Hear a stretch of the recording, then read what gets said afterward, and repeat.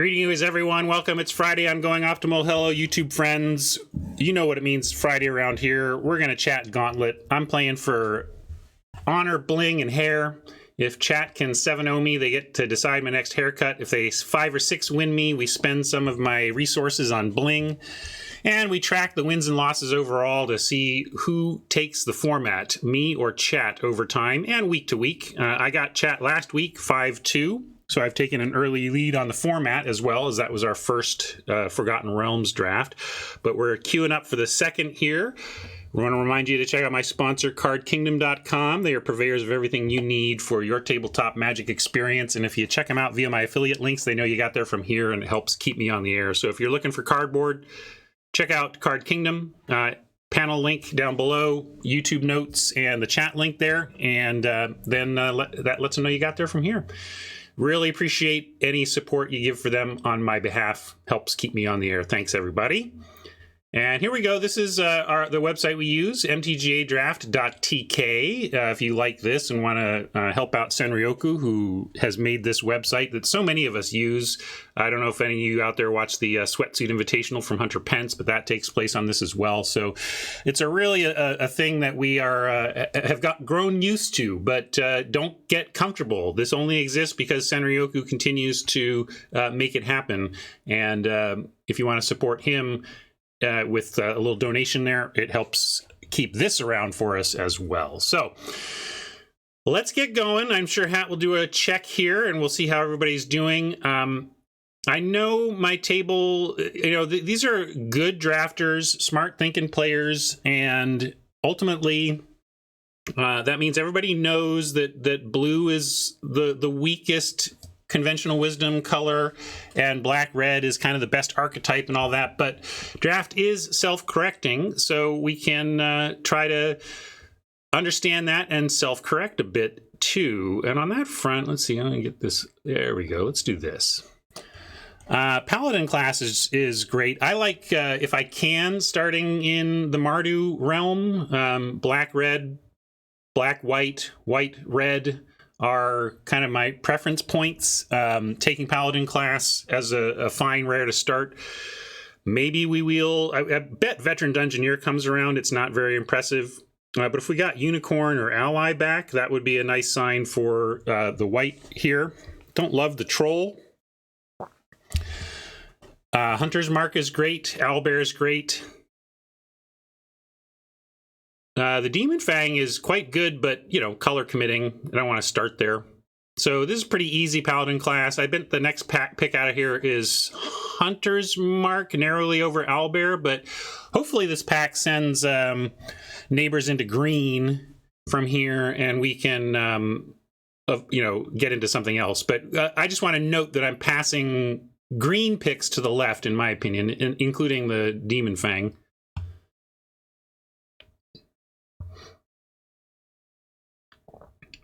Oh yeah, this is where chat will try to give me bad advice, which is rough because, man, I'm usually a bit reliant on chat. Chat helps me out a ton around here, keeping me on course.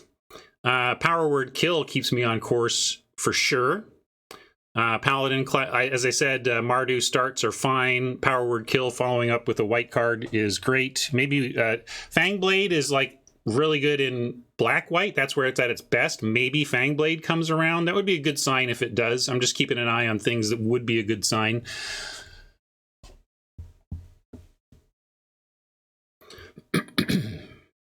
Can't trust anybody around here these days.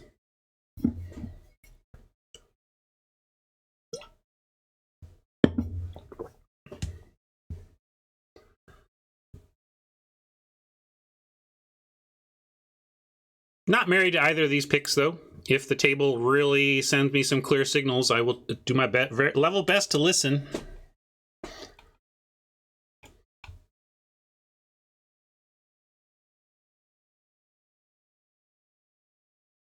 Well, speaking of listening, could take the Painter, but really think should probably just take the Bounty.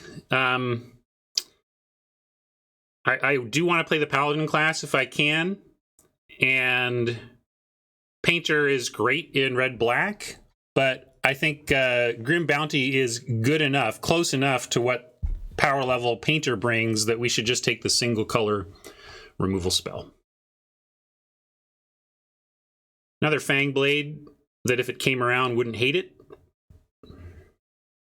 But I think the Painter is going to be surprising for a lot of people to see. I mean, we're passing it 4th, so Painter's going 4th plus.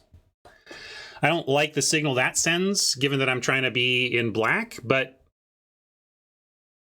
we are passing the Painter. We are not getting it past. In other words, if somebody latches on to black to our left, yeah, they might cut us a bit in pack 2, but it should work to our favor again in pack 3 if that's what's going on.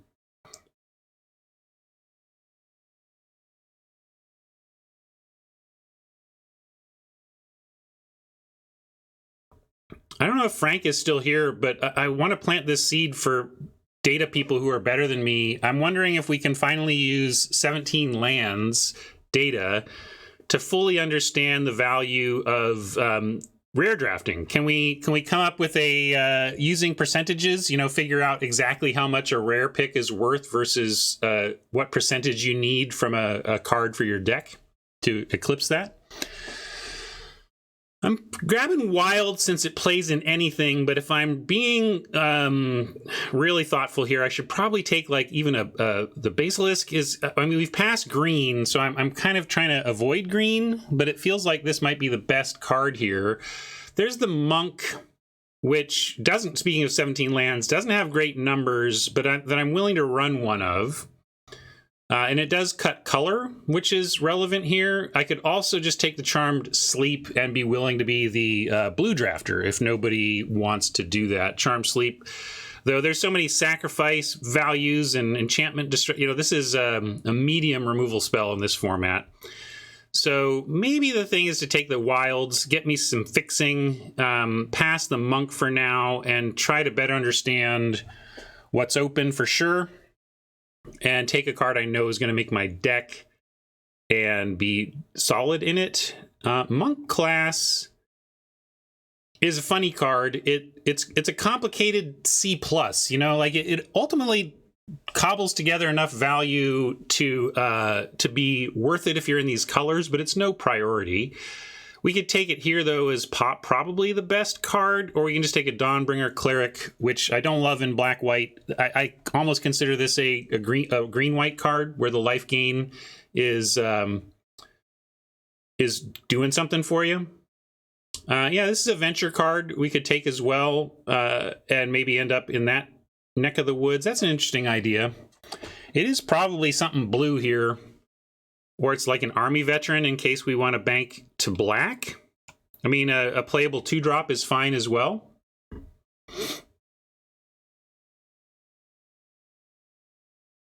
Boots is a consideration. Yeah, given that we were past a Painter, and yeah, I'm going to take the veteran. I just think the color imbalance is strong enough. I mean, we may get wrecked by a blue deck today or something, but I think veteran is, as I really think it through, is the pick here.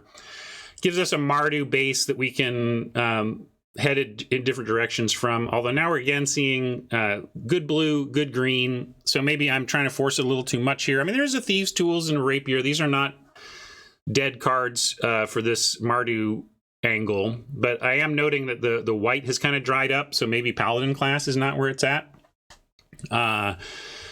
What are we taking here, though? I could take a Thieves' Tools. I really kind of want to secure the black. I don't think this is anywhere near the best card in this pack. But yeah, I could also just take the Rapier and move a little more towards the red.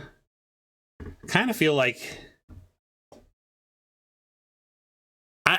I've come up to this as playable. I kind of didn't see this before, and now if you're low on interaction, I can get behind this card, because there's just so much creatures bashing into each other in the format that you can use this as a combat trick generally pretty effectively. I do think Null Hunter is the best card here. It's just that I've passed a lot of green. Is it too late to get into that? And should I just like take the Rapier for color preference? Yeah, and the blue flyer is there too. Well, here I am running out of time. I'm going to go Rapier. Color preference. Had to make a pick. Running out of time. But look at this. This is not looking like what we want to see. Maybe I am supposed to get into the black or the green lane, and I should have done it last pick. But if this is going to be here, I suppose I'll take it. Green has seemed pretty open. I'm just worried that I don't expect green to be open on the other way. Yeah, it is equipment. Just because we have an army veteran doesn't mean I'm going to leap on paladin's shields. I'm going to stay open still and take a reasonable card. I mean, this is not some bomb. But I like it enough to hedge. Yeah, we can take a Beholder too. I just feel like 6 drops always come around. That's why I wasn't leaning towards it.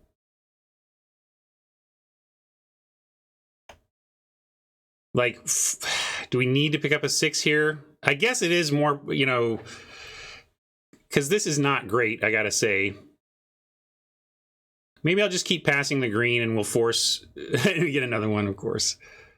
The green is just too in our face, I think. Now I'm going to take the Death's Whisper over the Ranger.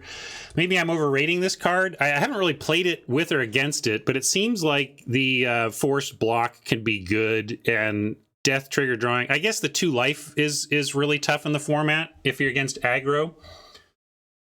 Yeah, maybe I'm probably just being enamored with the notion of this being an uncommon gold card, when actually I don't think it's as impactful in the format as just making 2 creatures on 1 card. I'm with you, Prof. Like I somehow wanted this to be a signal, but it's just a signal that this card's not very good.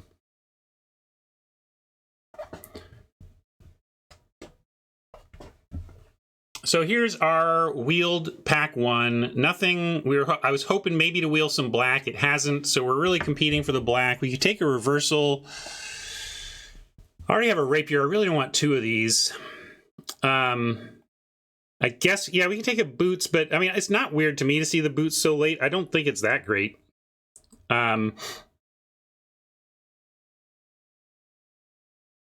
I don't know if I even like Raven in the flyer. I'd much rather have the white flyer for 1, but unless we're gonna hedge towards some blue or more green, I mean, maybe we need to take like the troll in case we get just shoved full into the green deck and we need playables. But I'll take the boots. I'm not sure where this table's at. Here we'll take a Dryad. None of this is particularly good. We've avoided the blue seat. Yeah, reversal.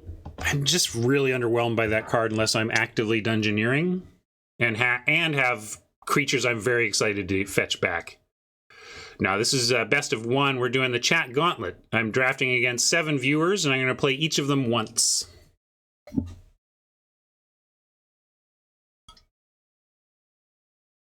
No worries, Forrest. That's why you ask and I tell. Brazen Dwarf would be a sad thing to play, but so would Mimic. And so with these 2, you could maybe argue for main deck Plummet if you just had nothing against flyers.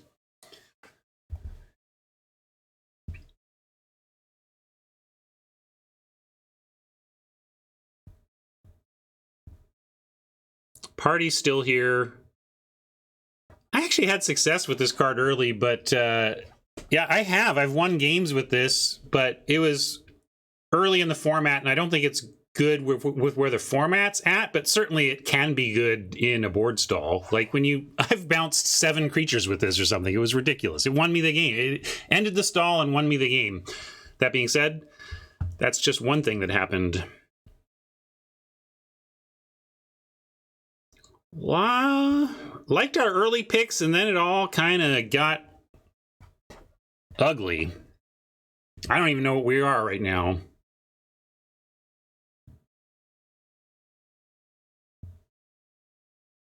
Well,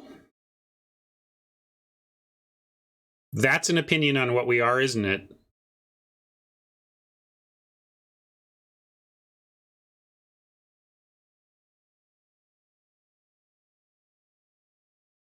We're going to take that, try to win some games with it.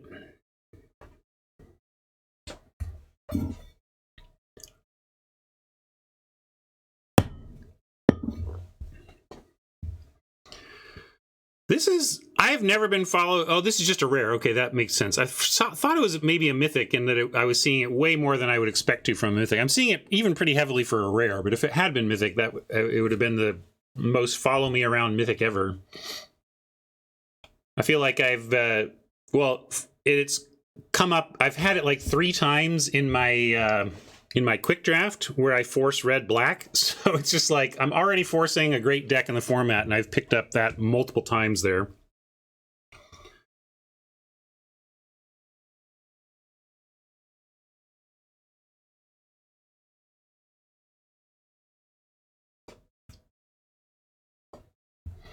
Yes, so this doesn't even necessarily mean we're red black. It definitely, I think this means we're one of the two.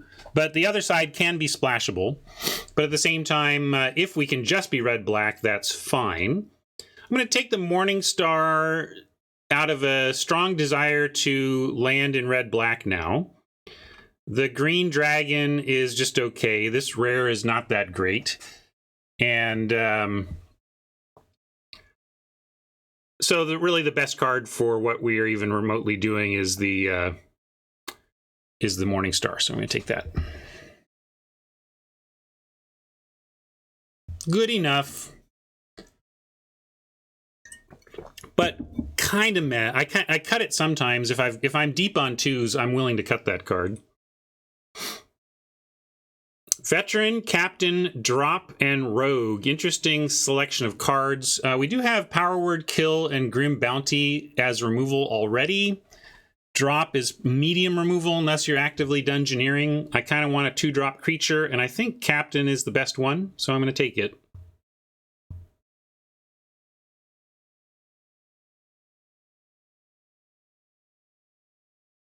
Yeah, if the Green Dragon had Flash, it would be actively good. But I think Wizards tries to respect the pie enough to not give green amazing flyers. Although it's one of those arbitrary Magic things that green doesn't get amazing flyers. I mean, it's the color of creatures. You could make an argument that it should have amazing everything. Creature-wise, that is. Magic Missile in.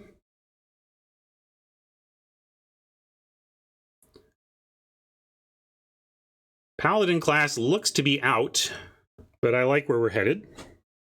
I do have an Evolving Wilds. I don't know if Paladin class is splashable. Trouble with splashing these classes is if you are waiting for your source, you're 2 turns away from actually getting to the first activation of your thing. Plundar is going to be good enough here over Skelly.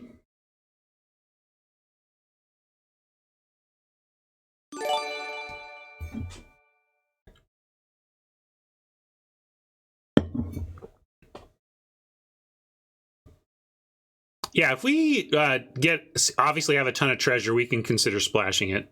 And sometimes it's even worth splashing it knowing that it's going to take you 2 turns to get where you want, but it's still a powerful enough effect that installment plan over 2 turns is good enough. Hunter, I'll slot in nicely. We don't have a 5 yet, and it does good stuff.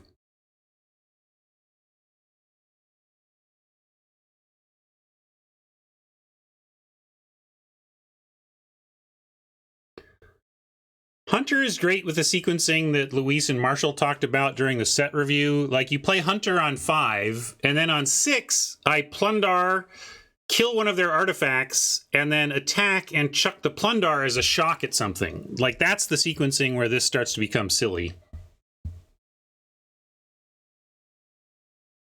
Take a Feign Death.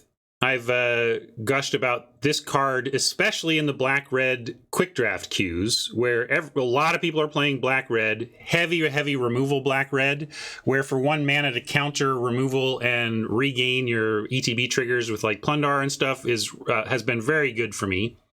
But I never want more than 1, and I don't need it. You know, it's also something you can cut. But generally, when I run it, it does decent work. Decent to great work. Goblins versus Fireball. Removal versus Go Wide. I think with us being solidly in black-red, we should take the creature. I think we can do better than Fireball on removal. And in fact, we already are with Grim Bounty, Magic Missile, Power Word Kill, and chucking things with Tiger Tribe Hunter. Let's get things to chuck. Another Feign Death we could grab, and I guess we will. We are best of. We are in. I'm playing against in pod, so I can also justify cutting something like an idol that might take out one of our equips that we're likely to run here. The other option really is another Feign Death. I'm not running Kick in the Door. It does not add up to a card. Yeah, Divine Smite. Although, I don't know. I try, like, this doesn't seem main deckable to me. And I don't know, if somebody tells me they main deck this because they were that desperate for playables, I'll believe that. But I'll be surprised if, I mean, I could cut this, but nobody should be running this unless they're, yeah, but I'm not running this. And I'll just take another Feign Death. Kick in the Door is not worth a card.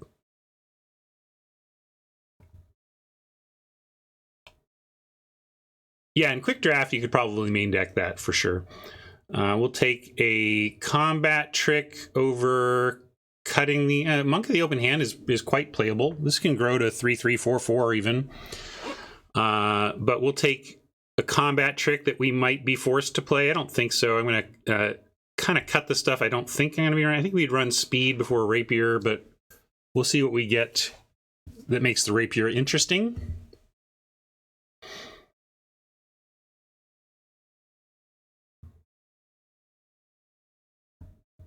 Inspiring Bard is quite a good card to still be here. Looks like white ended up being pretty open.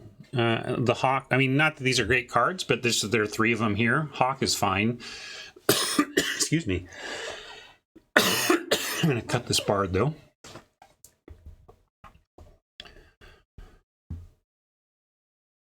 And maybe we end up windfalling. If we're short on playables, I'll run this.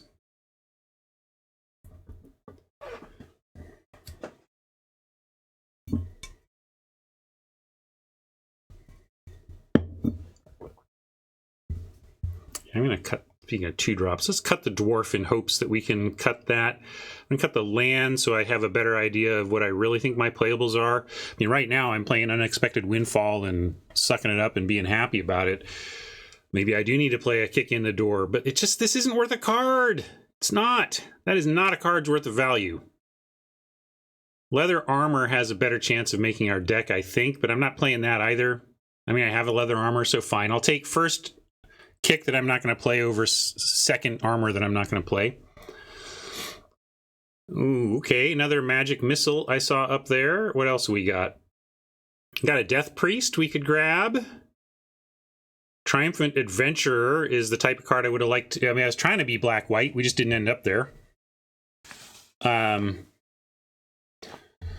Precipitous Drop. I don't see why I would take this 3-drop removal over this 3-drop removal, though.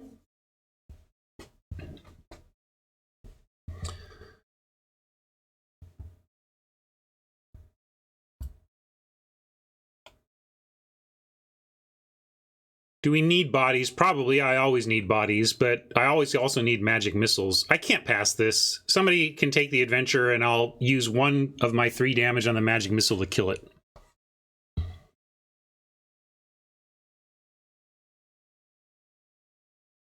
All right, here we go. We don't have any, like, steel yet, but we'll take the Ghoul. 2-drop Sack Outlet is where I want to be here. Phrasing Boom wants the Captain. That's certainly number 2, but the sacrifice ability is so unique and useful, I want to be sure to have that in my deck.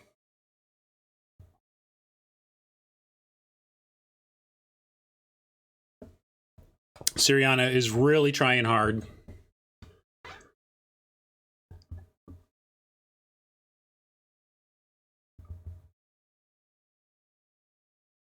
What a mess of a deck I'd have if I followed every one of Siriana's suggestions so far.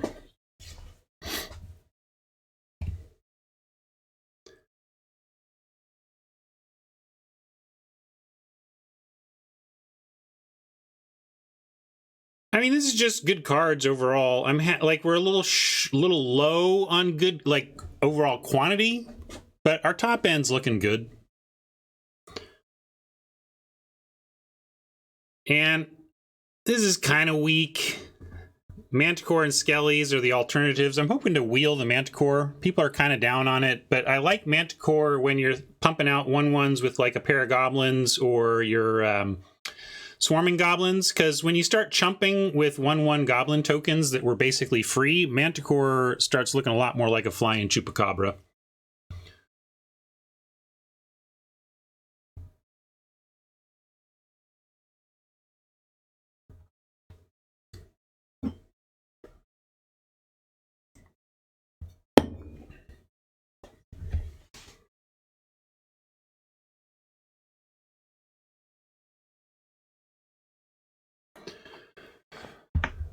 Fireball, Veteran. I'm going to take a Fangblade, though. Veteran is a 2, which has a lot going for it, but I like the potential of a Fangblade even on defense when you need it. And then offensively, it can start turning sideways as well. Taking that.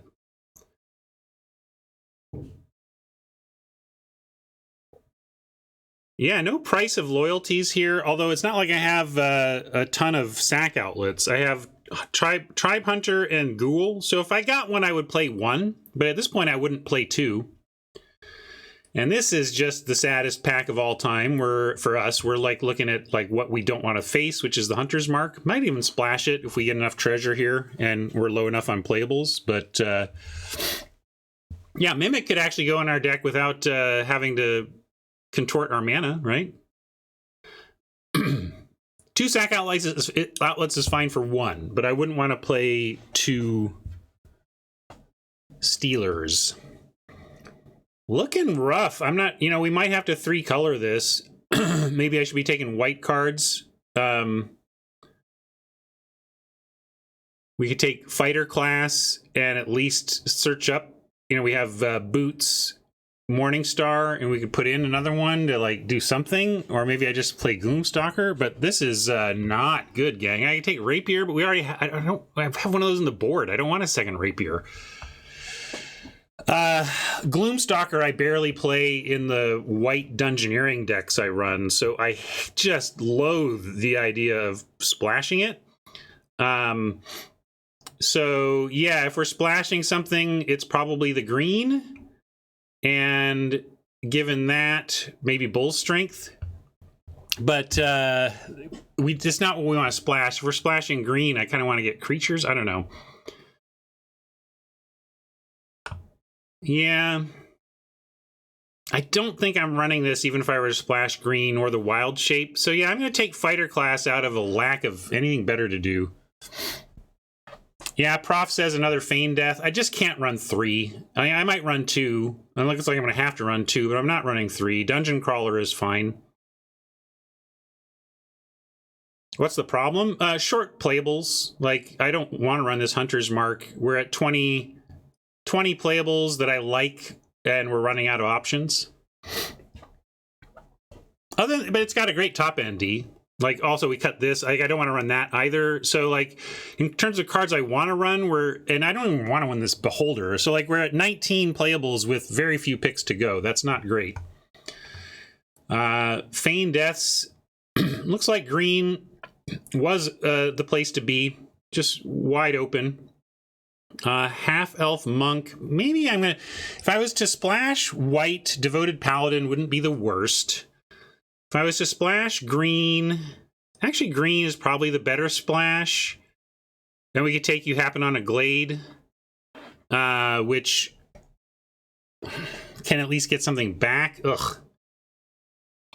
This is not great. Innkeeper is not a splash is the problem. Yeah, Paladin, if we're splashing off treasure, it also doesn't even really matter. I'm not even thinking of this as splashing the fixing. I'm thinking of this as returning a permanent, like getting something good back from the yard. But that's where, at that point, just run another Feign Death. I'll take a Devoted Paladin. But the competition is for this color pair is clear, and we're gonna have to play something else. So I'm taking Moon Druids. Although we do have this Paladin class, which is why I also was potentially banking white. So, but Monk of the Open Hand is a terrible splash, just terrible. So I'm gonna take Circle because I wouldn't want to splash this even if we are Mardu.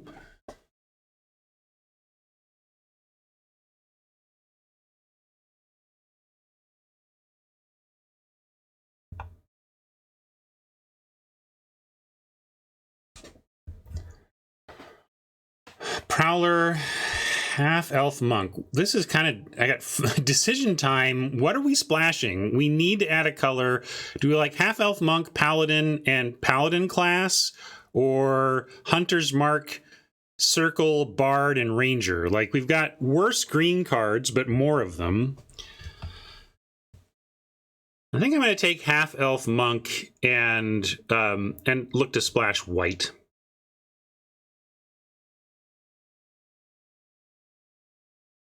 But rough. Now, Boulette says maybe we could still do green. I don't want to play a mace. I'll take the Boulette and we'll see.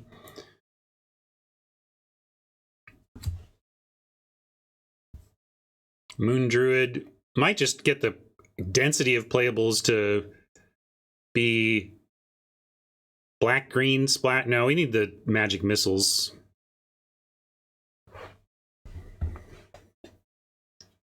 So we definitely got undercut. We know we passed that painter. Whoever has the painter is probably splitting cards with us in a way that's hurt the deck. But we can bring in Paladin class. Evolving Wilds is nice to have, given all this. I wonder what our creature count is. I didn't really pay hyper close. Yeah, we're low on creatures too, but we do have a lot of removal. This is not my finest deck, but last week's wasn't either, and I found 5 wins with it, so we're going to do our best here. Yeah, we could play the Rapier, although, again, we're at this place where our creature count is really low, and I'd almost rather play a dumb Brazen Dwarf to get our creatures up, or, boy, do we cut black? What if we splash the black? No, I don't know if we have the green for that. We have 1, 2, 3, 4, 5, 6 playable green cards. Yeah, I'm clearly in colors that were fought for. I've been forced into a 3-color situation here. Could even just stop here at 22-18 and call it an 18 lander. Might be the best thing to do. Rather than force medium cards in here. I don't know if this is a Boots of Speed deck. Kind of rather have the Rapier. What are you even talking about, D? That's so obviously not true. We passed a Pack 1 pick 3 or 4 painter. How is that forcing?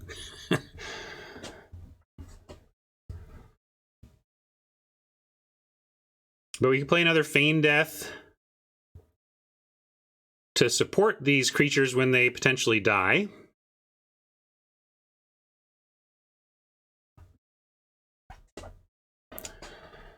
Nobody has learned Force Red-Black against human drafters from me, D. I don't know where you're getting your info.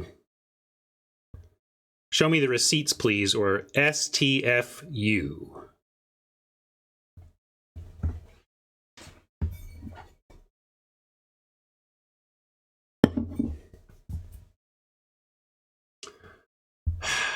It's looking something like this, though. And at least Paragoblins is another creature spell.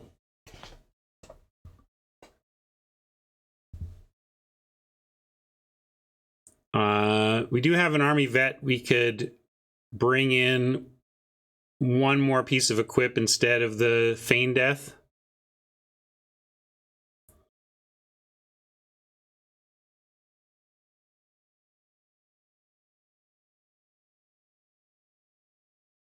Dueling Rapier. on the vet is pretty nice. Do we care? Like, I just don't have the Boots of Speed payoffs here. I don't see Boots of Speed being better than Rapier, although it does move around better. I don't know. What do you think? Siriana wonders if fighter class is worth it. Maybe.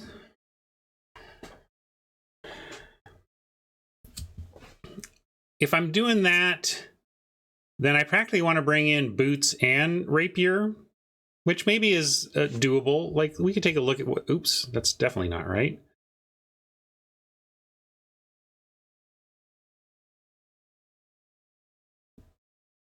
Turns Boots into free activation, Rapier into a reasonable activation, and Morningstar into a 1-mana activation. We'd run 3...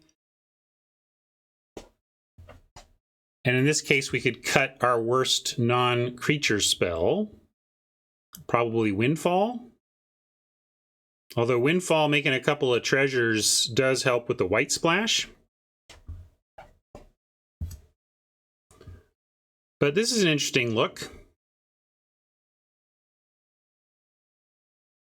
Still is asking a lot of our mana, I think. We've got the Evolving Wilds and some treasure, and I've taken out a thing that makes more. So it's really a heavy pressure on our mana. Maybe I do need to run this card in this deck, and I'm better off finding a different cut. And maybe it just means this fighter class plan is not the right plan. Yeah, we also get a, that's true, Morningstar creates a creature. We have effectively 14 creature spells here.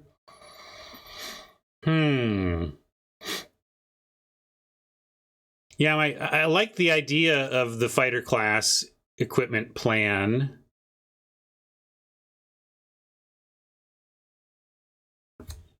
But I don't like it on the splash.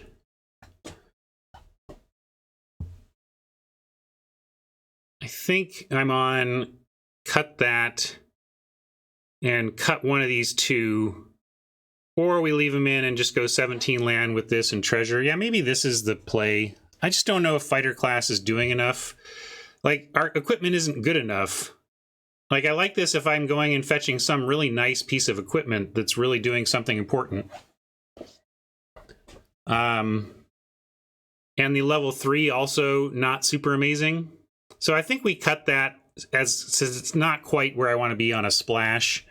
And I'm already pressuring the mana a bit. But I think this is doable. And I think we want 1 plains, although we could get it milled. I'll consider that. Maybe it should be 2.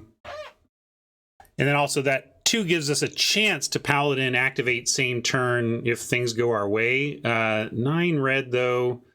9, 10, 11, 12, 13, 14, 15, 16, 17. This has to be at least 6, though, so it's got to be like 8, 6, 2, and that's got to be good enough.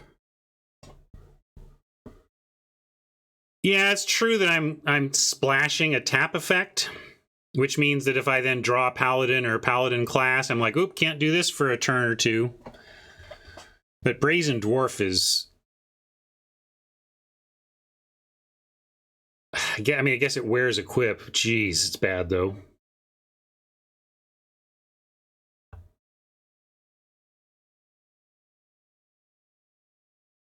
Yeah, if we pay the ability of treasure, we pay it once. That's fair. It's a weak card that has an activated ability on the splash, and it would reduce the splash.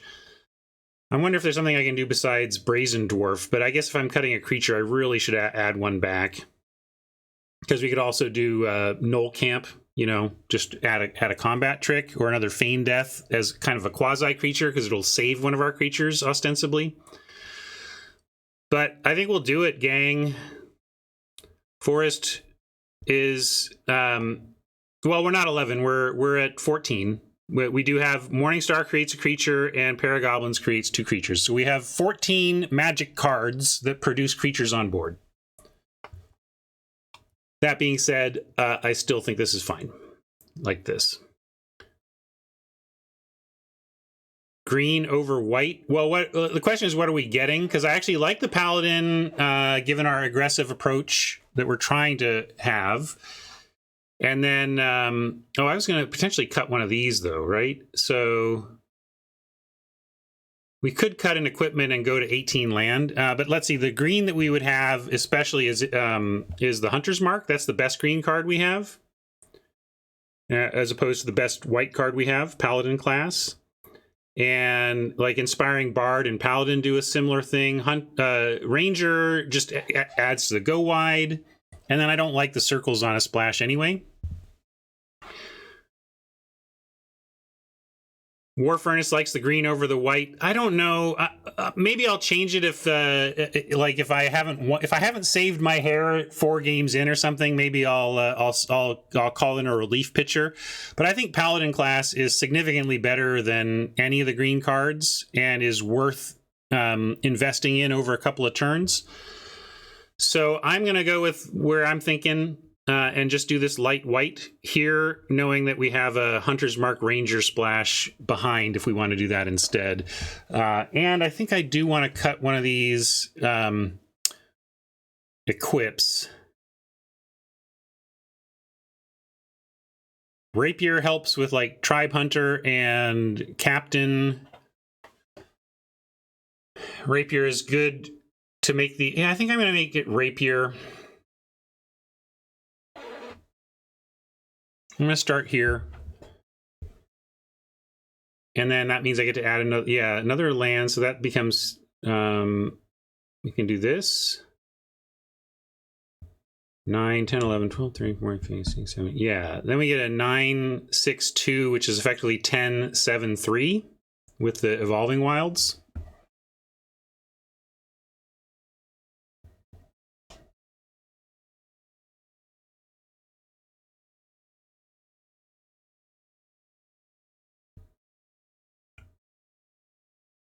Export.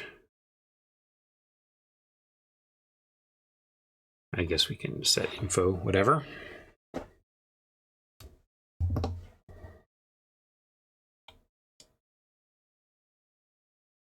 Boy, always a tough draft against chat. It was last week as well. Everybody knows what's up, and I feel like the density of quality cards late in packs is significantly worse when drafting against chat and other quality players than it is against random tables on Arena.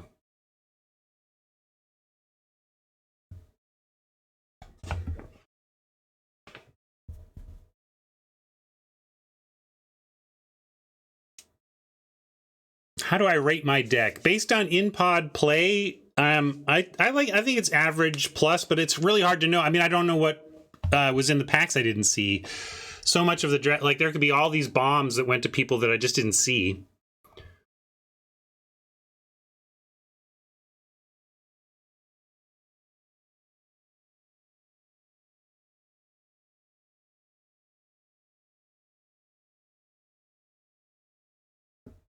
Thanks, Hat. Let's get some audio.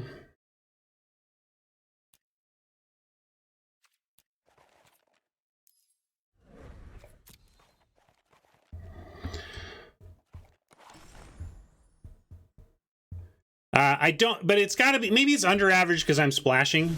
Like, it can't be good that I'm splashing. I think it's a necessary evil, but it doesn't say good things about where we landed. But yeah, I feel okay about how I mean, I had to start on Paladin class. We listened to signals where we could. Maybe I should have gotten into green. There was that pick where I think I waffled between green and something else. Went something else, and if I had gone green there, we might have ended up in a better place. I mean, this is kind of a bomb. And this is just a, well, gotta play something. And put in cooler looking lands regardless. I don't know if anybody's redeemed. Lotus Sleeves Forever for Mama. I better do that before I forget. This is the bling prize that chat bought when they 6-1'd me.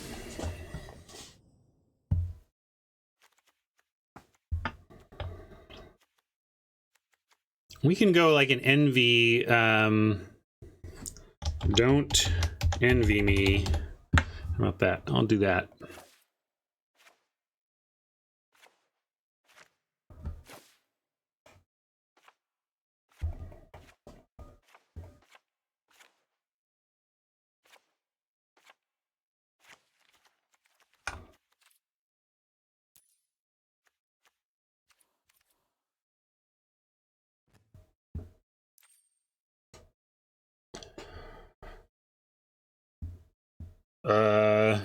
What?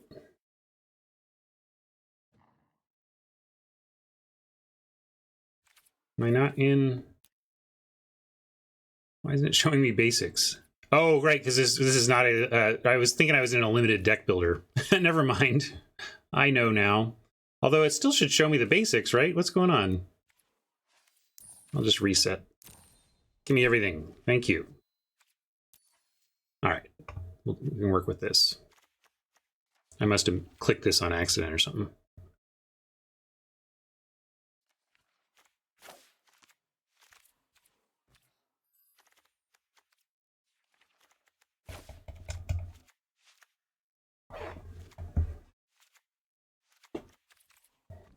Boy, my machine's really chugging today.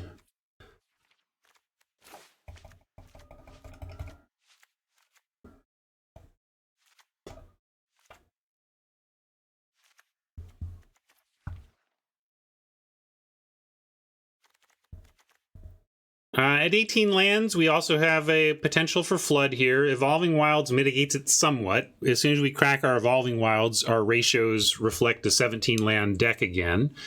But we didn't end up with the playables we wanted, and we're in one of those spots where I would rather have an 18th land than replace it with any of the things that we have in our sideboard.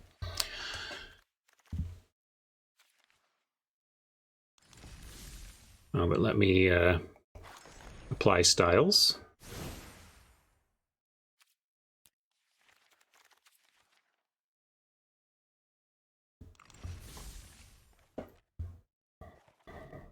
Yes, that's what I've. One of the reasons I've been building up my foily Pokemon lands is that I like them and that I want to get enough to pre-sleeve to be my draft sleeves.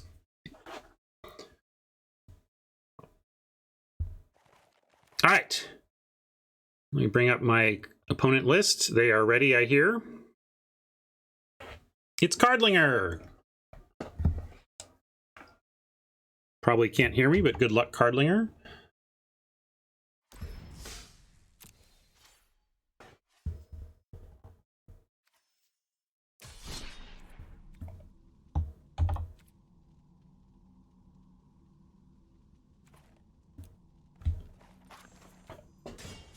Away we go. Let's see if I left any memes on. It's time to duel! Free memes.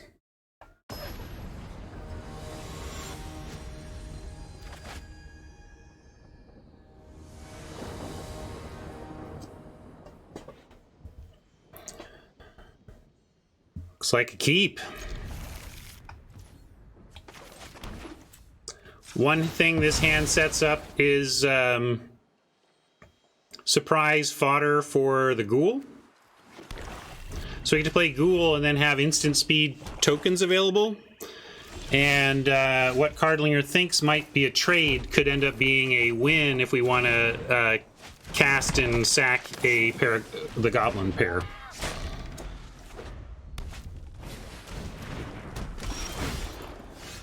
Just so, feels like it's going to be hard for Cardlinger to pass up this block, and we're going to take it. But they pass up the block. So I could Magic Missile, but I'm going to go Army Vet, and then we have Feign Death.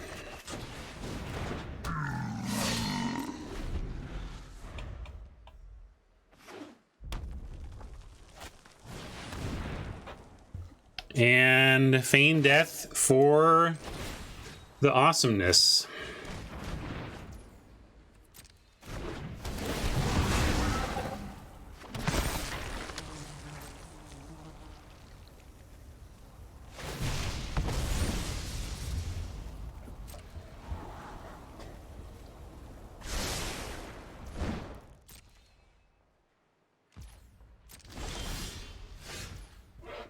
Hop Gobbo.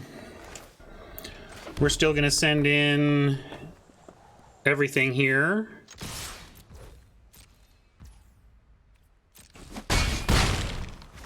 And yeah, I'm still going captain. We could end up winning on the +2 side of this thing if Cardlinger doesn't put up significant defense or removal.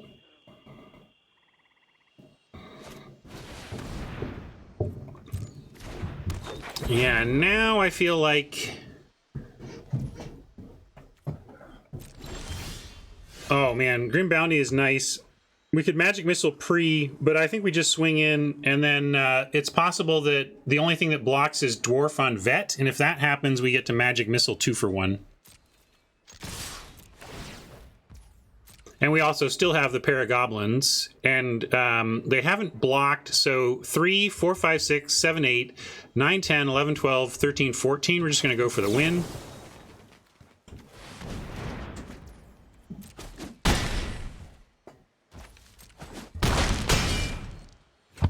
I do my hair toss, check my nails. And some weeks you start with a win and get to relax right out of the gate.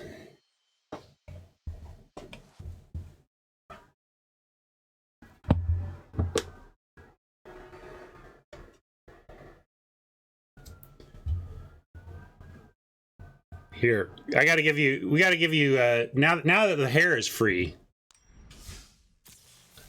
the live hair toss is back.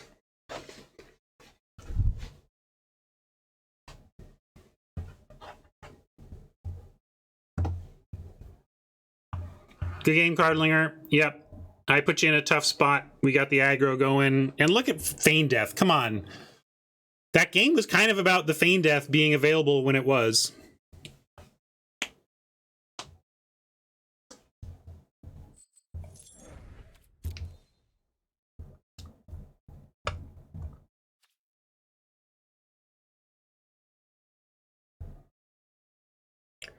Robert is up next. Gargantuan.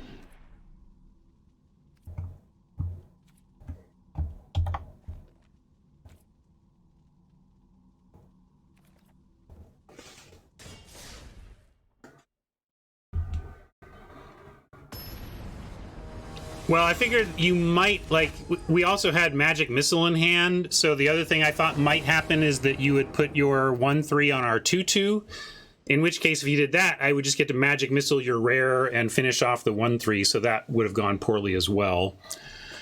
Well, we've got the play, but Rapier isn't really a turn 1 play, which is actually a case for the boots that I decided not to play. At least you can play boots on turn 1. We could keep this, but where are we headed? We're not, like, what I'm asking too much of the deck. I want both creatures, I want black mana. There's too much. We're asking for too much to keep this. Gotta send it back. This, however, we can keep. Thank you for that sub. Appreciate it, Wizard Knows. We're gonna keep and ditch the Pally. And Evolving Wilds for Swamp.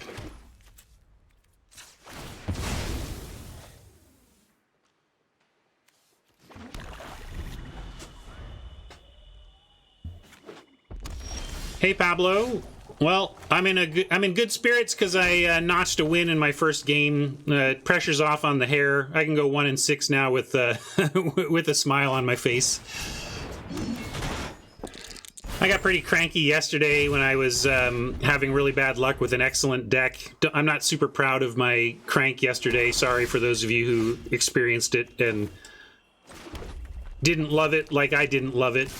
But I'm honest about it. Look, another red-black. So we got at least 3 red-black drafters at the table, which explains part of our problems. I'm going to dwarf it up over the pair here. I think the pair has instant speed value that's worth more than just getting the 2 extra bodies.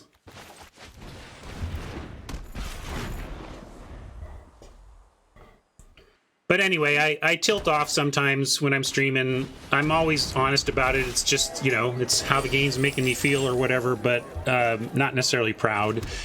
And now I can send in the Morningstar, because if they block it, of course I'm going to fire off +2/+0 and get rid of that merchant. It's telegraphed. I don't expect Robert to fall for it, but I'll offer it.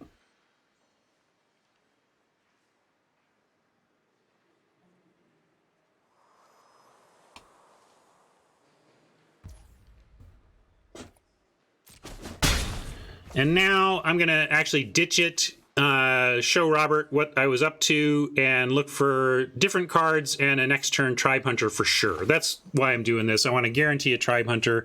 Almost wish I'd saved the Dwarf now and pitched that to the Windfall. Oh, it is instant speed. Good call. And I played a land there, right? So there was no no benefit of drawing a land.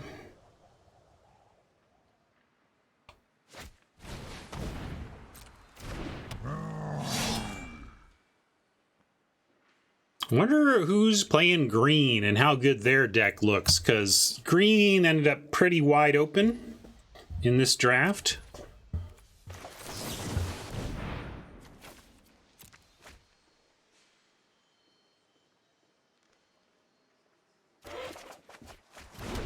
Grim Bounty is nice to see. Might need to take out this Merchant. We probably don't have to do it immediately, but it's good to have this in our front pocket. Maybe this is even better.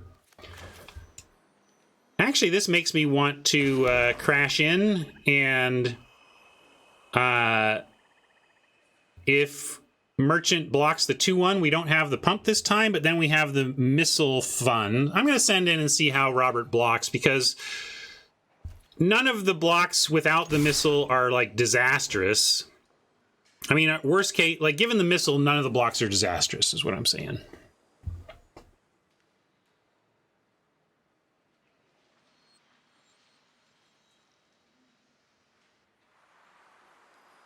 Robert's tanking a bit, understandably. This is a weird-looking attack. He's trying to figure out the possible ranges of what I might be threatening here.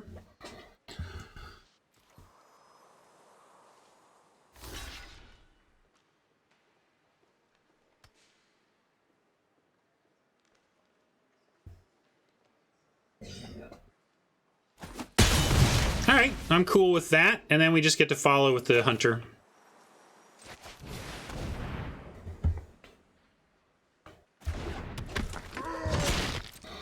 Re-equipping the Morningstar gives us the 6 damage, gives us the 6 power, but we don't have a spare creature to then chuck.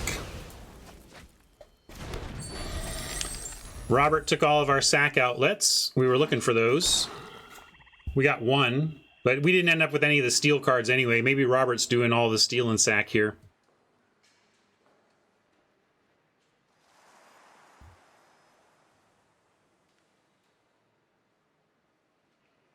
Yes, double block on the 1/3 would have been the best, but the reason I say not, like, I didn't say blowout, I said not terrible. Like, if that's his best block and the result is that we 2-for-1 ourselves going Magic Missile plus Dwarf to take out Merchant, that's a 2-for-1 I can live with because it gets the a powerful card off the board. Yeah, price wrecks us, but you know, what are you going to do? Like, I've gotten so used to it in the heavy amount of quick draft I've been playing. It's like, oh yeah, if they have price, we're just screwed. But what are you going to do? You just that's the card.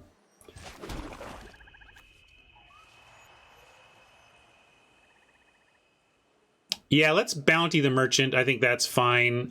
They will get Robert gets 1 more card out of it, but then we get to equip and bash.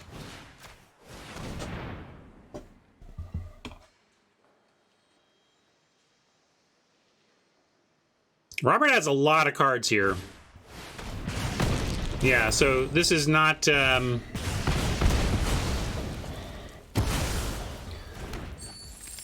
no guarantees at this point. We're down to a weak-ass 2/3 and a Magic Missile against 5 cards, soon to be 6. So really, if I were a betting man, I'd actually bet on Robert right now. But there's always a chance Robert's full of blanks and is not drawing well.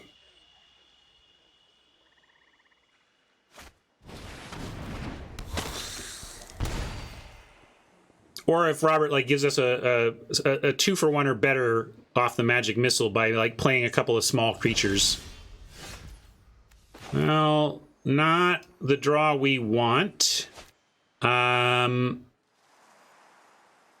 I feel like Robert is priced into blocking here to the point that I'm not going to bother. Although, actually, here's why I'm going to do it. I want him to block and see that we got nothing. Either maybe this connects and we connect for 2. More likely Robert blocks, these bounce, and I pass. But it does potentially train Robert to be more trusting in accepting a bounce-off block, and may set us up to Magic Missile for a 2-for-1 later, depending on how things break. It's a minor edge, but the difference is just leaving back a 2-3 on defense, as opposed to like maybe the drawback here is that it lets Robert attack for 2-3. Well, there you go. Ended up not being super relevant. But that was what I was thinking. Yeah, I did draw a fire, and reminds me, I have memes!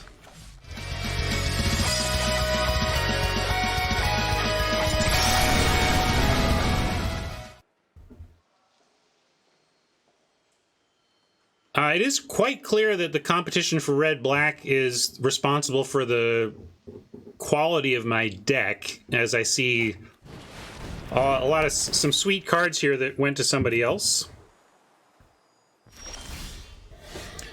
We're flooding out. Oh, here comes the flood. Are we at Missile the Spawn? No, not quite at Missile the Spawn, but this is not good.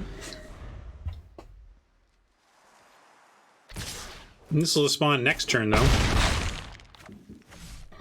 Well, we have our own Beholder, for one thing.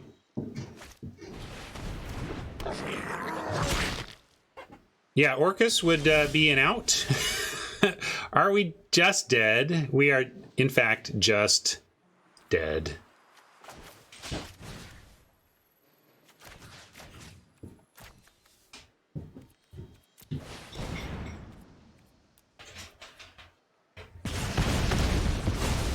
You get nothing.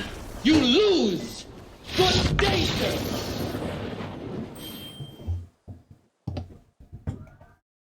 Yeah. 100% black-red decks so far. Oh, sorry, I did miss Beholder meme. I can get that one for you. Oops, we are 1 and 1.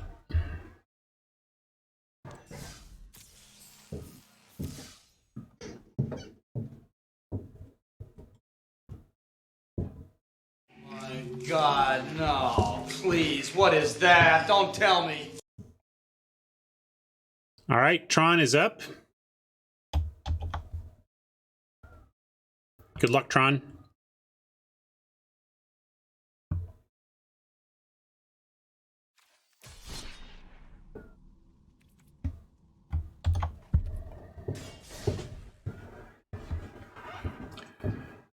Gotta love Tron's bazillion numbers. Numbers pound numbers. Numbers number numbers. No 2-drop, but an obvious keep. And hopefully we'll draw one. That we want to cast, Magic Gods, that we want to cast. Oh, I gotta go digging for that one. Let's see. Hey, a 2-drop we want to cast. Thank you, Magic Gods. Close. I almost have it. Behold! Behold! Whoa! Hell yes, whoa!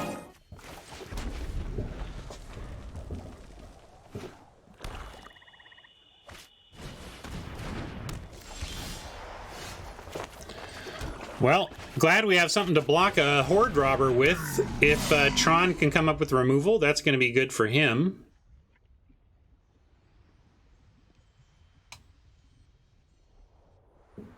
Yeah, good game, Robert. We were there were 3 of us. And this is our 4th black drafter.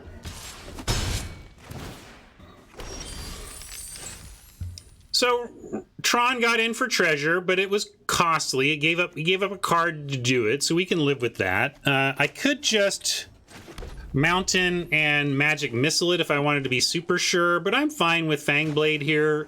Threaten the block and eat on the robber, and really make Tron come up with another piece of removal or use another card. But let's see what value Tron gets out of 4 mana on turn 3. More treasure. Come on, low roll. Oh! F you, Tron. He's such a jerk. Such a jerk!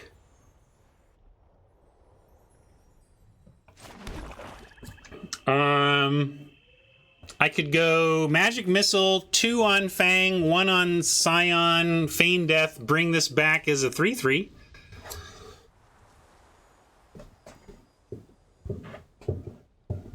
Hey, defended your PhD. Congrats, Pablo. You got to change your name to Pablo PhD. Kind of a throwback to our friend Big Ol' PhD. He used to hang around here. All right, anyway, I could play Veteran and hold up Feign Death. That seems fine.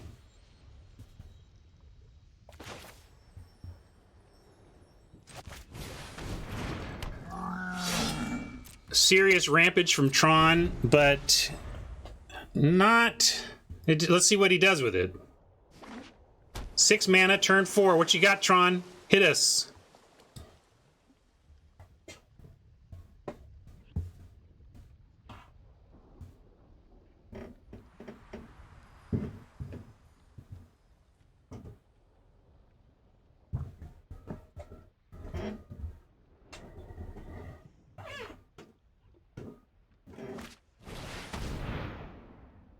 All right, well, now we have a nice Magic Missile, at least, between a 2/2 and a 2/1.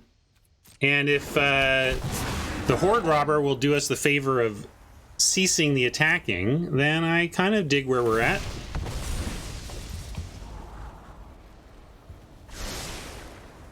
Bottom Scry, also good to see.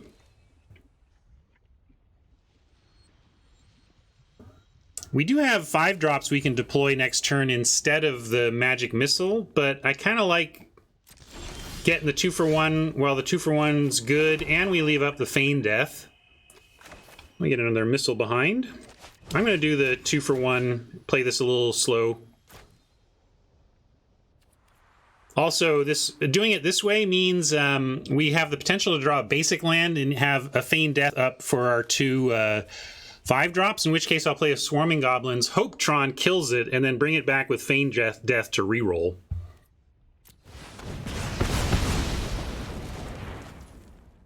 And with Tron not showing an attack into the Vet, I am going to send in the Blade.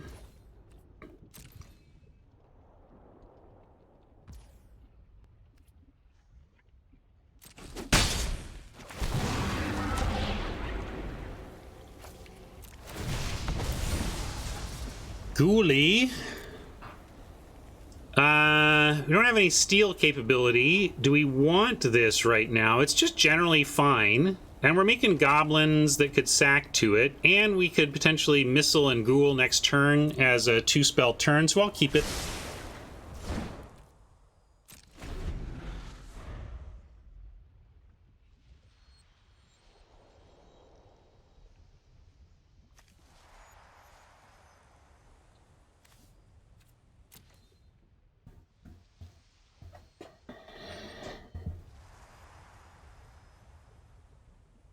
Yeah, but if he held the river, he wouldn't have the treasure, and therefore he wouldn't have had the mana to save anything, right?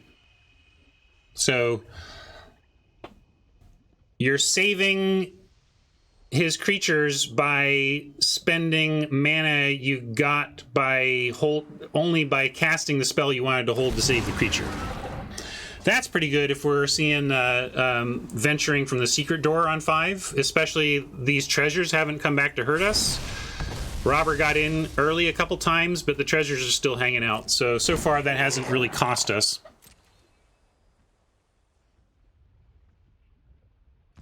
And I really would like a basic land here. Casting goblins with Feign Death up would be fantastic. But, you know, so it just means that any draw is good, really. Like Beholder's our worst draw.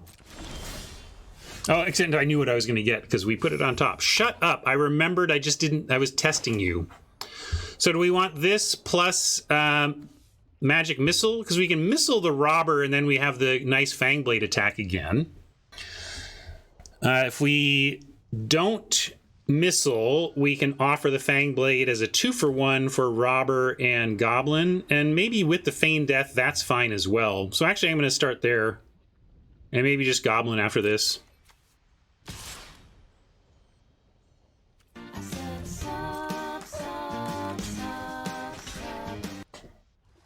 Oh yeah, signature card coming through again, everybody.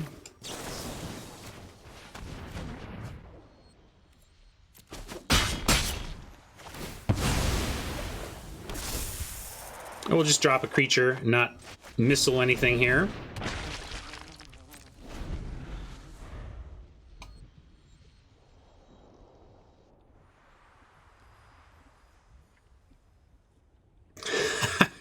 Well, Garrett, this is as long as my hair's ever been, but the secret was finally getting my earbuds hooked up to my PC so that I can free the hair. Because I can't really wear my hair like this and use my studio headphones comfortably. All right, we've held, and Magic Missile being held is going to pay off here. Although Mind Flayer says, Ghoul says Mind Flayer kind of has to take the Ghoul. I'm not going to cut it until, well, I'm not going to cut it significantly. I might trim it or whatever, but I'm going to keep a long hair look at least through October, I think. I want to have long hair for costume options. So now, if we didn't have Magic Missile, I would sack this in response so that Oppo wouldn't get the our sweet creature. But I'm going to plan to Magic Missile that Flayer.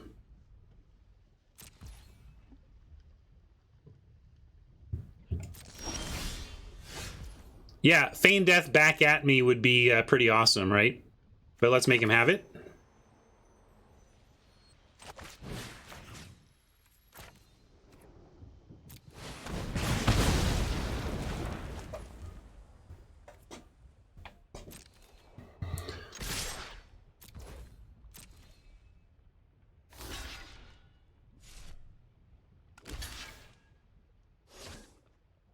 Interesting, yeah. Tron, by blocking the Ghoul, is offering the ability for me to trade Veteran for the door, which if he wanted to is an offer to make, but I would have taken it, so I understand why he declined in the end. Yeah, we have 2 great 5-drops, and we have a replacement for our next land, so we get to turn our next land into treasure and replacement cards.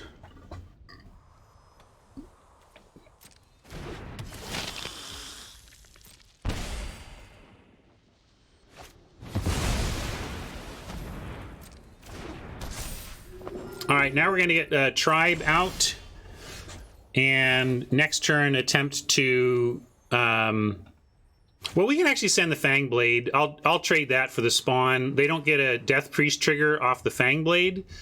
I could even send the Ghoul, knowing that I would be willing to trade the Veteran. No, I wouldn't. I don't want to trade Veteran plus Ghoul for spawn, but I will send Fang Blade.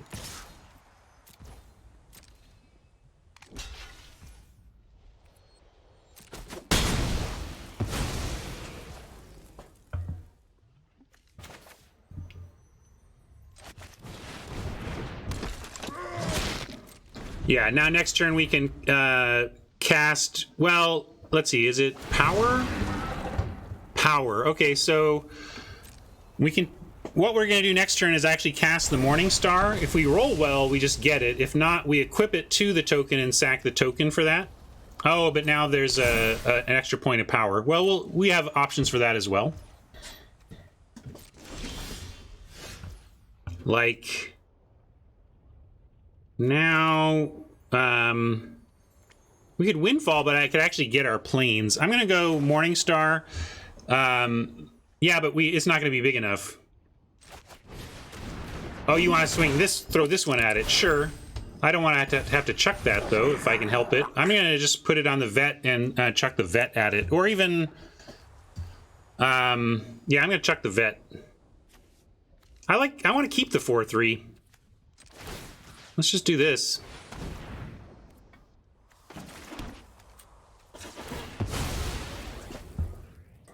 And I was talking about using Windfall to get rid of my next land, but I actually do want a Plains, so we'll do that.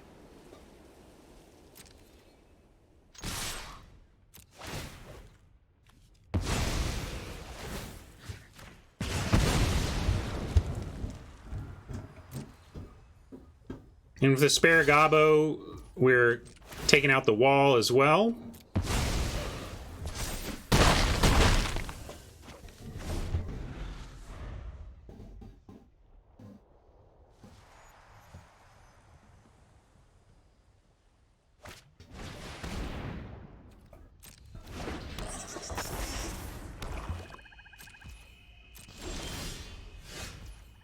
Pally, that's fine. We're just gonna Paladin, chuck it, kill Conjurer, and be in great shape.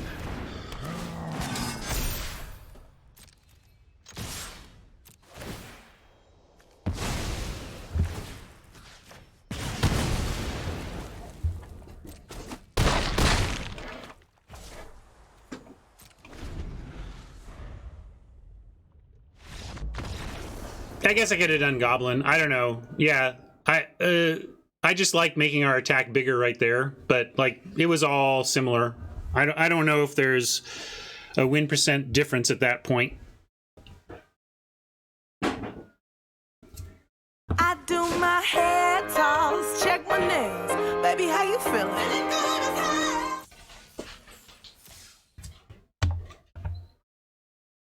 Good game, Tron. Or thanks for the game. I thought it was pretty good, but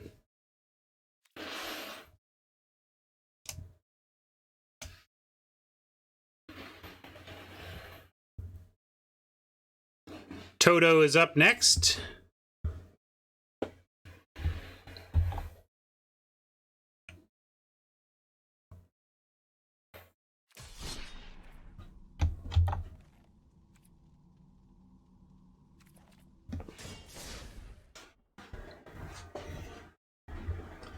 Yeah, if you only had 2 lands, that makes a lot of sense as to why you'd run that out early. I was bracing myself. I thought you were running it out early because you were going to do something obscene on like turn 3 or 4. Well, we're going to keep this. I actually hope we just draw a swamp. Then we can play Crawler on 1 and go get a Plains with our wild. So Dream draws a swamp.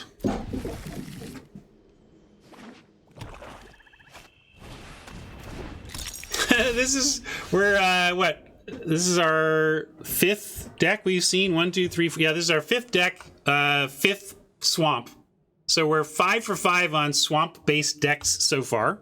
And I got my swamp that I wanted, called for it and got it. Thank you, Magic Gods. Will I fire off a power word kill? Maybe. But actually, how about Rapier on Crawler instead, knowing that we have power word kill to defend it? Or we just go get that Plains as discussed. Yeah, I guess we don't have much to do otherwise. Let's do it.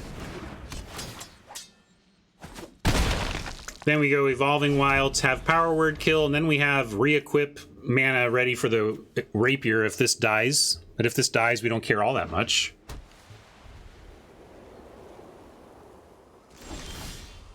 Another 3-color special. I feel ya, Toto.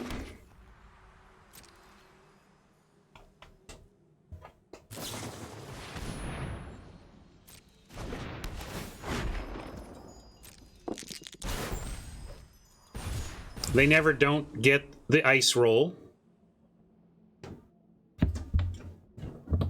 All right, everyone, chill.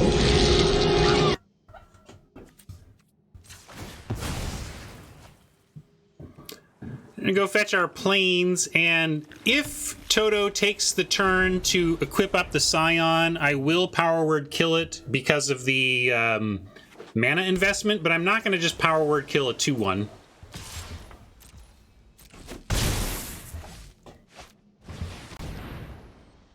That will kill because it's annoying.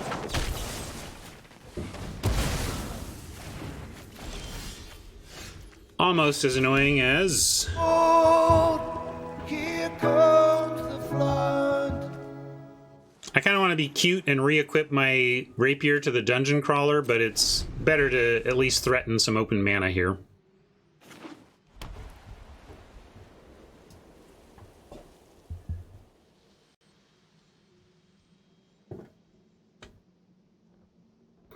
Yeah, there was a little bit of... You still had 2 treasure, Tron, so as we were somewhat nervous that you could do something with the 2 treasure to make me regret that choice, but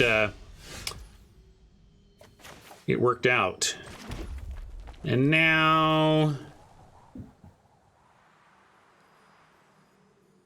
let's go Hunter, and then we have Pally plus Feign Death next turn. And we can go Hunter, Chuck Paladin... recast it. That would be sick. I don't know if it, like, Toto has 3 cards, so this might be disrupted, but if this works out, it's kind of sick.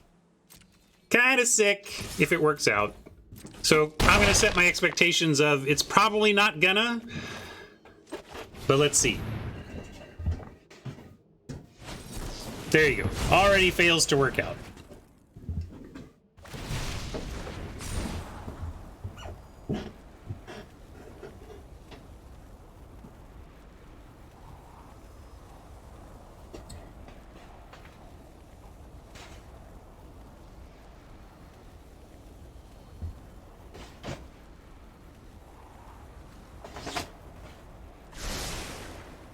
Topped. Hate to see that. Makes me feel like we're going to see a split here. Which is to say, 2-2.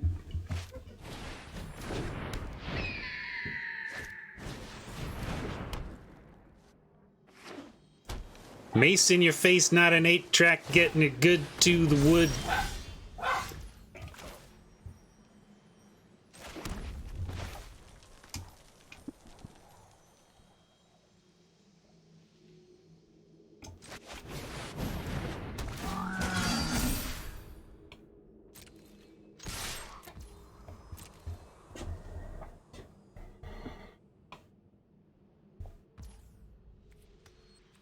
Nah, I don't do competitive constructed. I think I have... The last time I entered a sanctioned constructed event was literally 1995. I registered for Grand Prix Portland, which was modern, but then I dropped before the first round.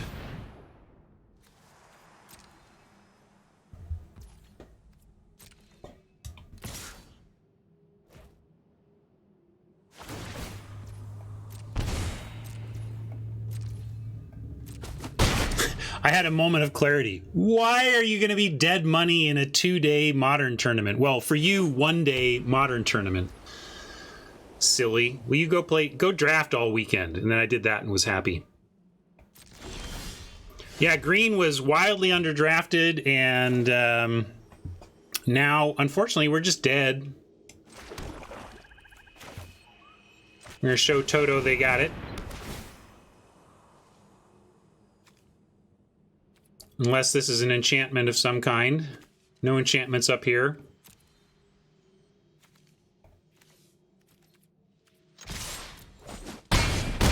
Pretty close, though. Got him to 5, and then Xaxes here on the flyer.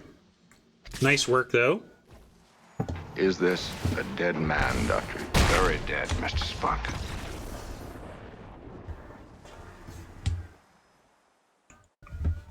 Well, this is unusual. Look, gang, we've gone win-loss, win-loss. It feels like every week around here it's a streak of some kind for one of the teams or the other. I either start hot or chat starts hot. We're trading some blows here. Looking for a green deck. We've seen black in 100% of decks so far. 5 for 5 so far we've seen swamps. Let's see what Tranel has to offer.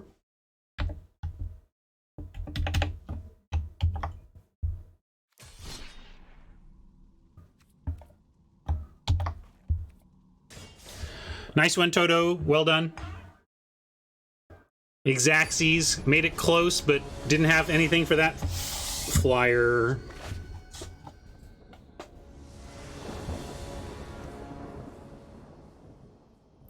Well, this is kind of garbagey, but I'm going to keep it. We do have a curve out to Beholder on 5, and if we pick up something for turn 4, then we got a decent curve out, so we'll keep it.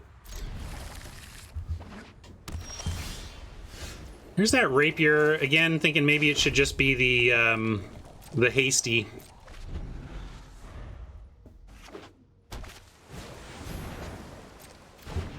Anything involving a Brazen Dwarf does not impress me much.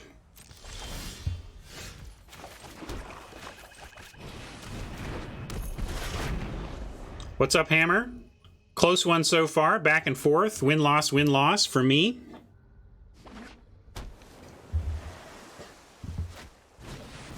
We are now 6 players in, and we have yet to see a Forest played. Brazen Dwarf blocks Priest forever, but I'm going to go ahead and take the offer for the 3-1 before this gets equipped or something.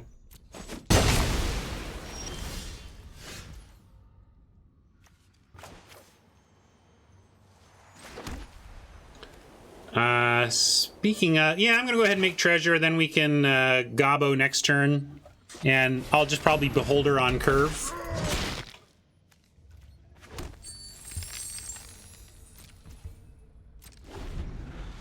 I don't want to trade Plundar for that. Let me get a meme for you here. Plundar. I want to try and trade goblins for this priest, so we're gonna just let this happen.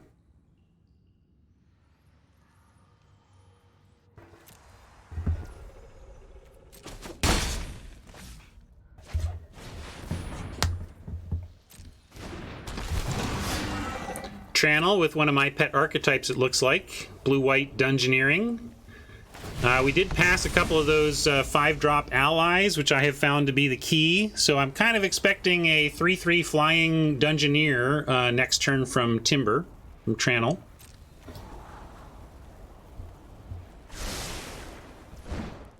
And I'm kind of rooting for Channel too. Like I like the blue-white archetype and kind of hope it works for him. We are going to go for the goblins here, though. And the next turn we have Rapier, and even re-equip Rapier if we get literally nothing else. And then after that we can do the Beholder. Like if we don't do if we want to do Beholder next turn, it means we just do Rapier this turn, which isn't enough. Although we could send in, and if they block Plundar, it's probably worth it to do Rapier for it. It's just then we do nothing else this turn, and I just can't abide that. So I'm going to Gobbo pass.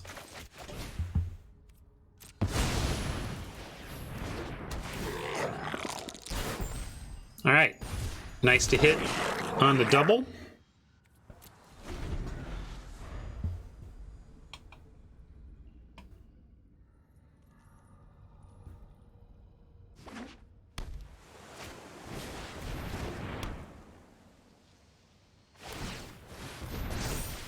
Mace in your face again.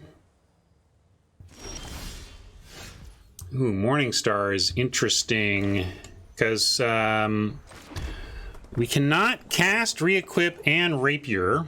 So there's that.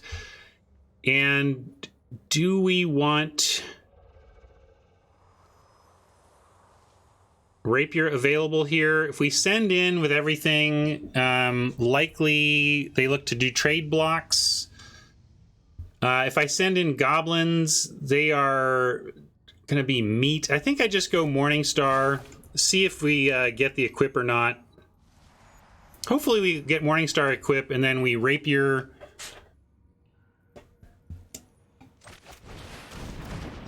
Maybe even at instant speed. Definitely not equip, unless we want to do it now. But Beholder next turn just gives everything menace, so we're likely to get through next turn for a big smack. And we can still Rapier on defense. We could also send in Plundar, and I'm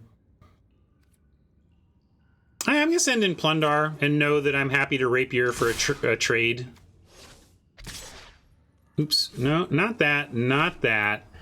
Could send in Gobbos to... But I'm just going to offer up Plundar.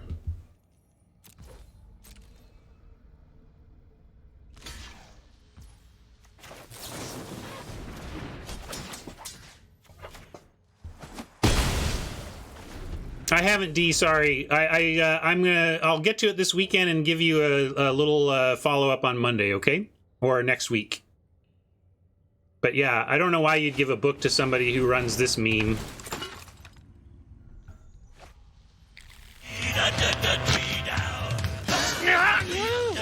Oh no, please! I can't read your crazy moon language! Alright, well, we can behold. We can also make a goblin big enough that their only option is to chump with a dungeoneer. Or not chump, trade. I kind of like that. 5. You only... Yeah, let's do this. I'm in for this. Can put trample on it, and it's almost a forced block, but I think we might want to re-equip this to a goblin instead. The trample's not worth it when the block is going to happen anyway.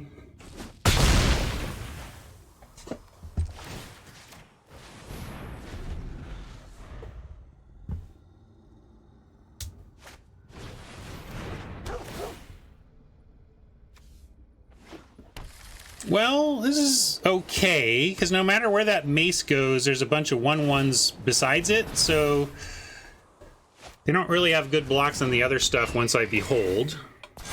Oh, sorry, I forgot that was an artifact, so that makes a 2/2 there. Trannel with a combo.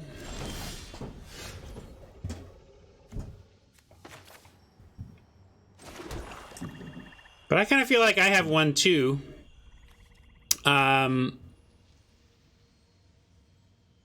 I can just equip up here, and none of their blocks are particularly good, and I can just redo it every time.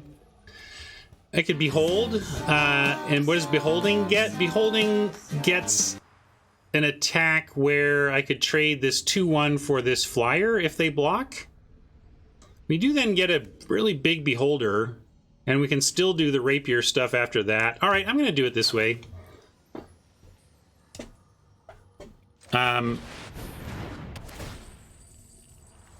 It gets a big thing out, and now I will trade a goblin for the raven, and the other, either they can, if they want to take 3, they can eat one of our goblins by double blocking with these 2, or they can trade off the raven, and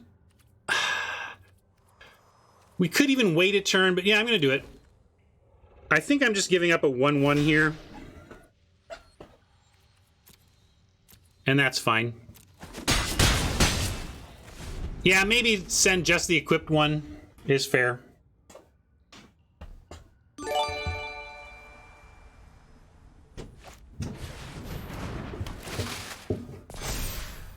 I think, yeah, I traded a 1/1 for 1 damage. That probably wasn't worth it. You're right, Cheese.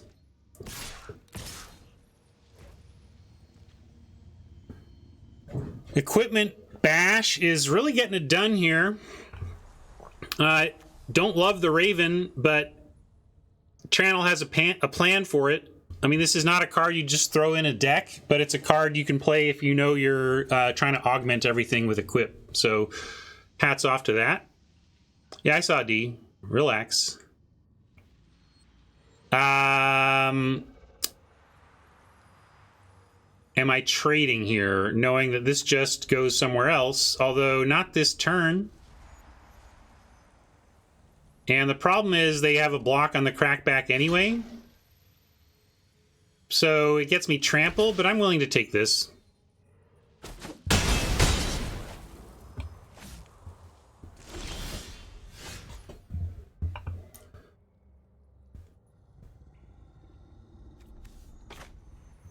Magic Missile, better take out this Smith. We're going to end up with one big thing at the very least that's going to be tough for us to beat, but at least maybe we can equip up enough to confront it.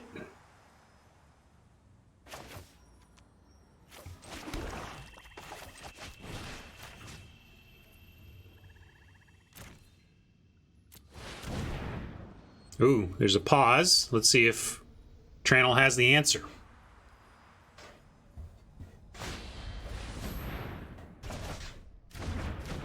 Well, it resets it, but it gives Channel another shot at digging for an artifact. We'll see how that works for him.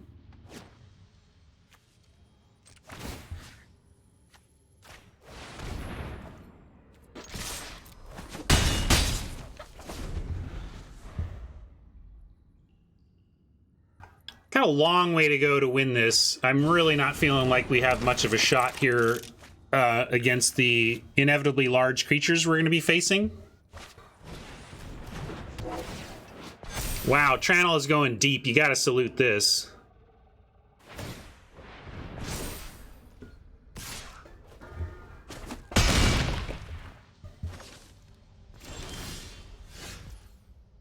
And we're just straight dead.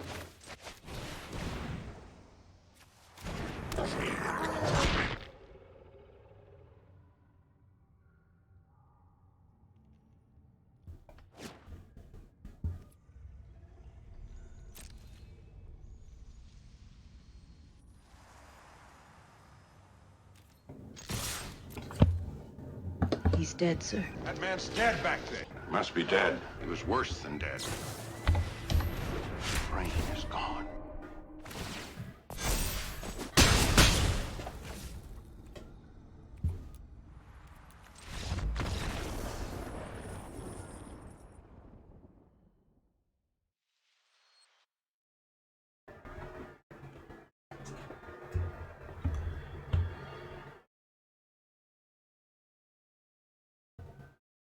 How to Make Bad Cards Good by Timber Channel.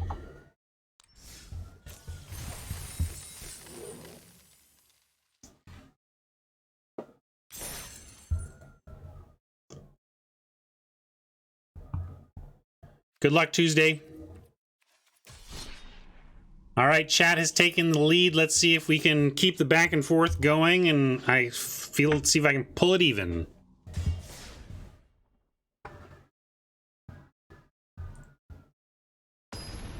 Good game, Timber.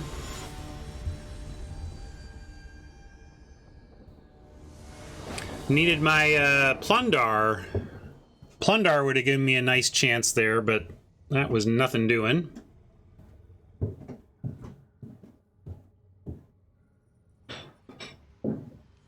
Apparently I was supposed to be cutting those ravens all along. No black yet, but with the prince, I'm going to keep this. We have a Hobgoblin on 2, and a lot of swamps to find to set up our future.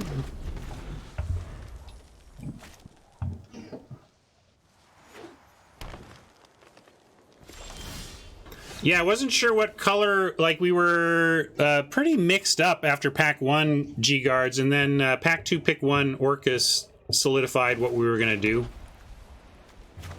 Yeah, now I'm worried. Like, now I'm going to lose to a green deck, because this obviously has to be awesome, because nobody else took green cards anywhere. Maybe Saitama, we'll see.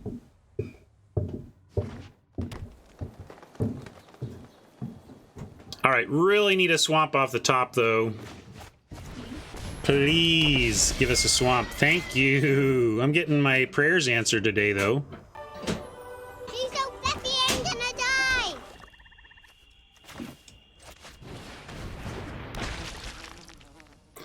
Do we make an offer here? Probably life gain makes this a 4/3 before attacking. I'm gonna keep the goblin back to threaten to block it.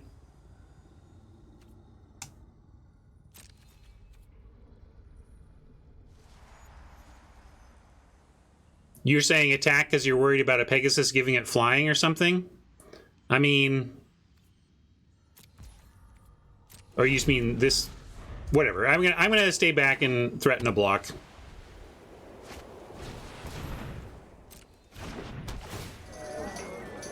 And we passed an Innkeeper like pick 12 or something. So Tuesday not only in the right color, but in the right...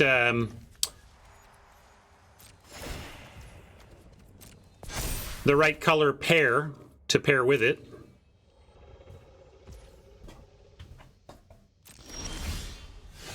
Missile is huge for us. I'm going to take out Innkeeper and Hunter.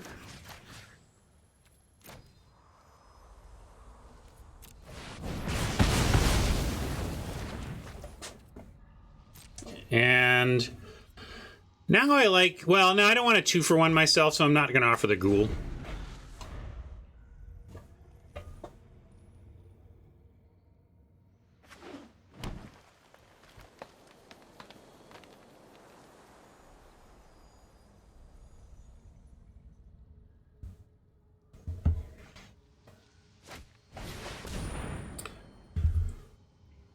Bard, if it goes for life and the unicorn attacks, I will double trade. I will 2-for-1 myself back, knowing that I have Orcus into hopefully soon after Baleful Beholder.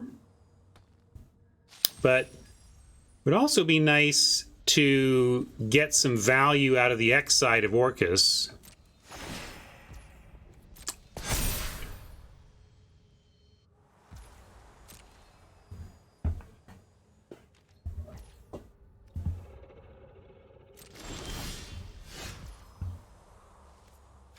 So now it's like decision time, because I can run this out for basically no value other than to have a 5/3 flyer. If I minus, I kill my own captain. I could send the captain and see. Nah, then that just... Actually, well, there is that. I could send captain... If I send captain and ghoul, it's interesting. If I send captain and ghoul, and if they just no block, that's one thing. But -1 after attacking in has some interesting ramifications. I'm going to send both because of the power of what can result from a -1 no matter how they block here. It might be just no block, which is also interesting.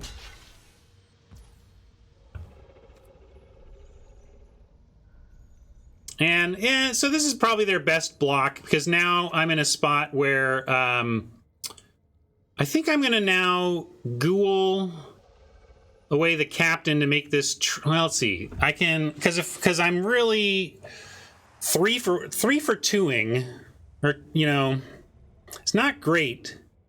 No matter how I slice it here.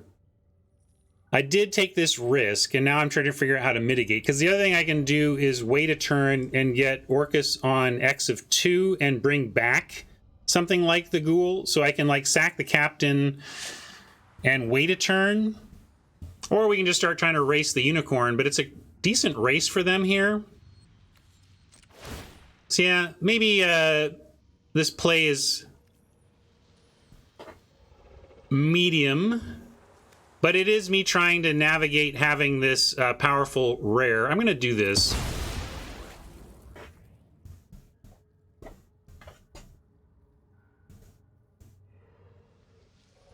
Pause from Tuesday suggests there's still something going on here. It could be that bowl, you know, +2/+2 could still happen.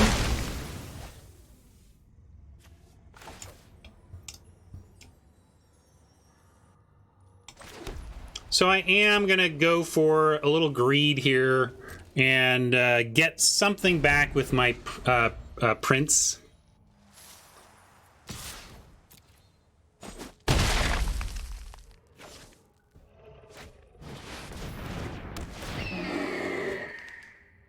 Mr. Owl, how many licks does it take? Not much, though.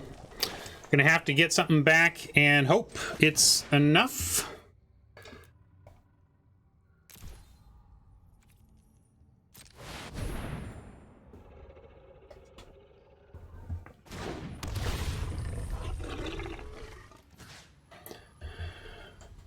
Ghoul, we could sack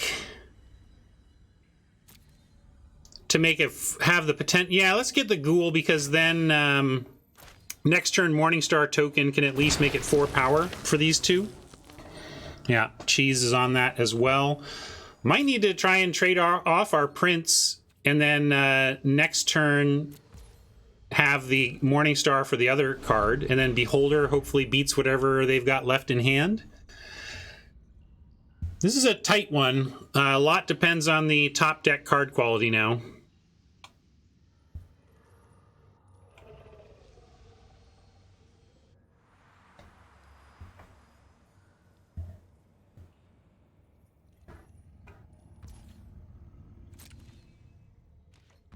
All right, no attacks is good for us, I think. Mountain is the worst draw on the deck, though. I'd be fine to stop with that. Now I also kind of like send flyer, leave, or actually we can even equip the flyer and then equip back up. Let's start here. Low roll. Use up one of my low rolls. Oh, see, I want to unequip anyway, so I might as well roll a 1 there, right? A lot of pausing, a lot of open mana. I have a feeling like this is just going to get deal 5 to attacker, but okay. I mean, we got to try and win.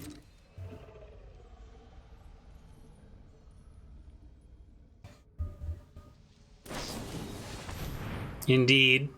Where's my feign death? See how much I love feign death? Like, this is ETB trigger. My God, we could feign death and get our other 2-drop back. Unfortunately, we don't have it.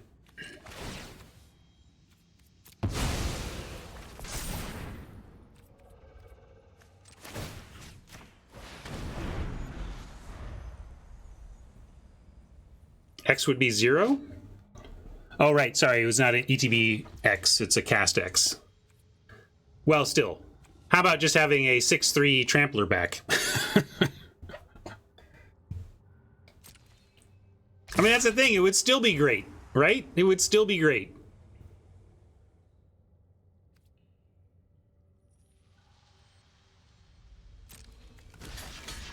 All right. This is where we're at. Hoping and praying. But all these pauses just make me think one of these is going to get blown out here.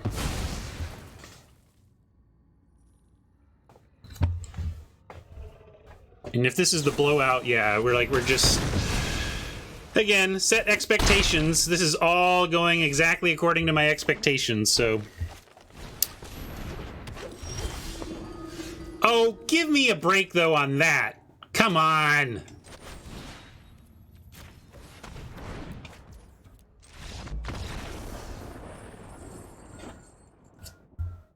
Is this a dead man, Doctor? Very dead, Mr. Spock.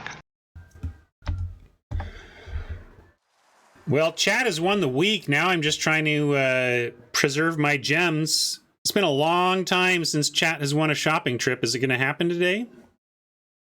Long time. Good game Tuesday. Was certainly nervous about finally seeing a forest. Don't know how I'm beating anybody with a forest. Now I'm afraid I'm going to see another one too. Nobody seemed to be drafting green, so it's wide openness there, not a surprise. Yeah, by all means, Mama and D, by all means, celebrate ahead of time, because we all know how that works out so well for people. Bring it. Please, please start dunking on me right now as though it's in the bag, D. Come on, Mama. Bring it. Where's the confidence? Let me hear it. I really want to hear your in-your-face, we've totally got you. Yeah, bring it, D. Come on. Bring it as hard as you possibly can, because the magic gods loathe it.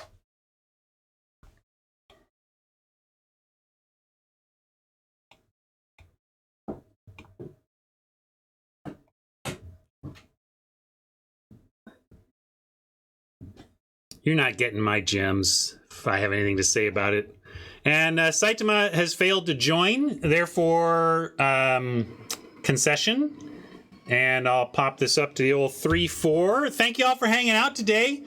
Let's see if there's any raid captaining.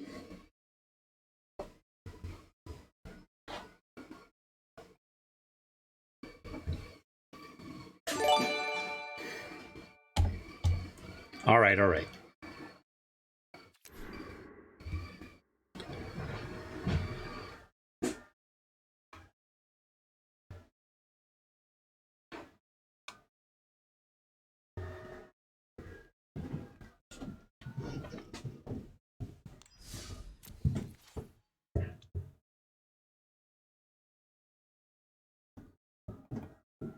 Oh yeah, sorry. I was just pulling a short change artist.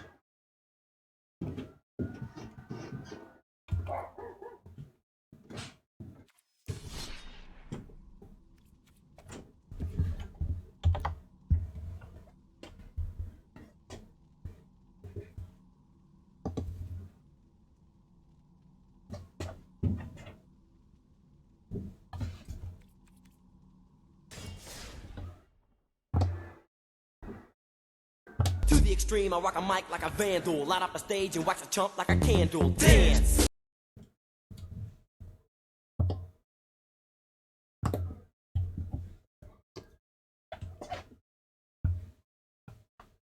I'm watching Life on Mars, a show from 2008 about a cop who gets hit by a car, has an accident, and wakes up in 1973.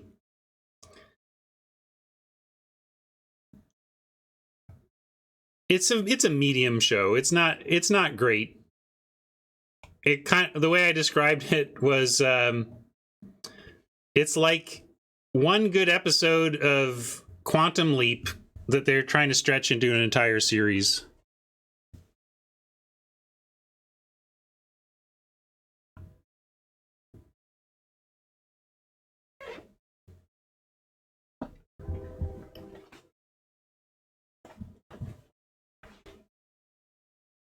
It's like he's trying to get back home or whatever, but it's like for 2 seasons.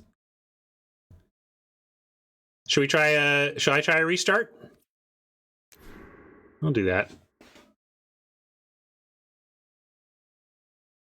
Oh, is that not the right handle?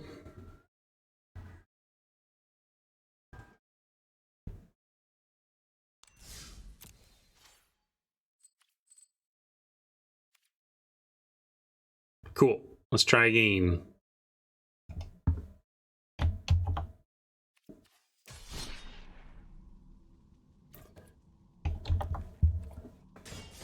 All right, Magic Gods.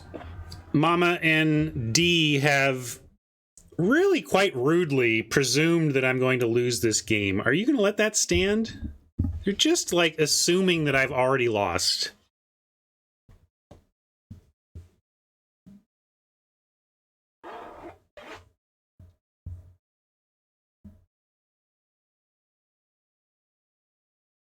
Caps matter? Oops. Oh, not that. Wait, what am I doing? All right. Let's try Timbers.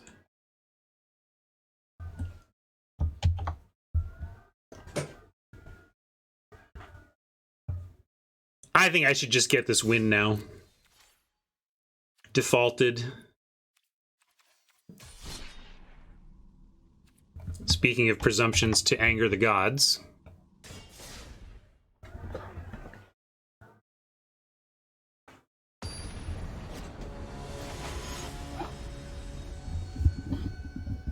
I just did what Hat told me. Blame Hat. Magic Gods have an opinion out of the gate, it seems. This is keepable, though. Might have to send back my precious Feign Death, though. Although Feign Death the Barbarian could really matter. I guess I'm going to send back a Mountain, actually.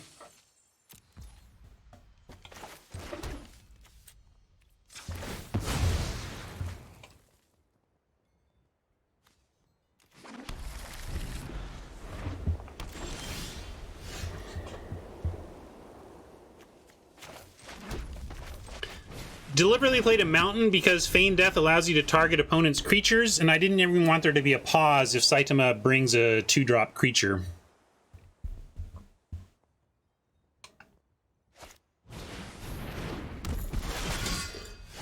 Ooh, that's interesting. I think I go Plundar, or maybe we go Fangblade, and we'll take an attack from a Paladin.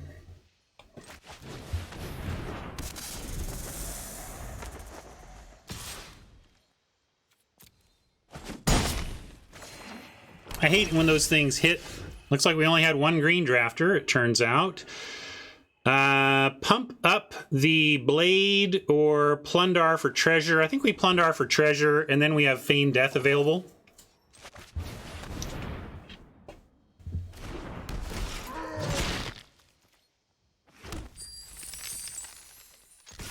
I also don't mind this. If we connect, we get a... All right, we're doing it.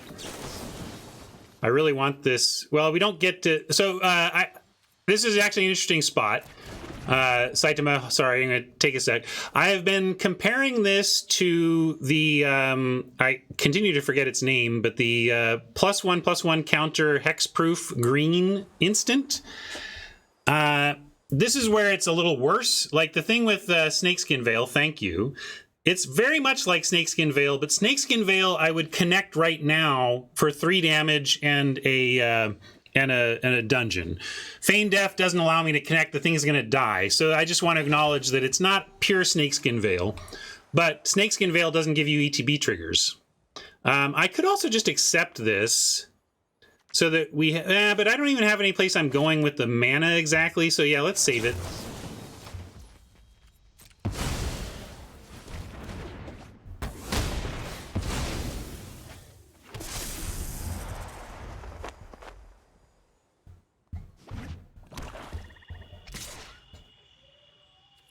And now do we block it? We are going to try to buff our team.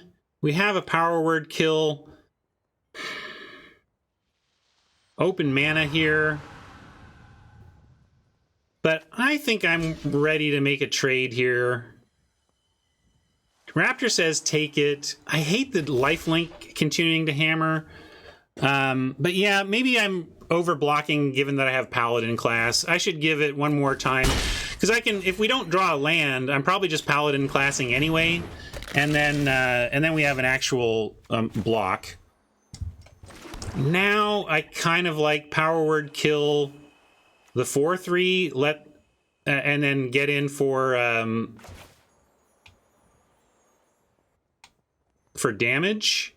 It means the Paladin gets to swing back, but we get the Skelly's off the board, and we get a Scry.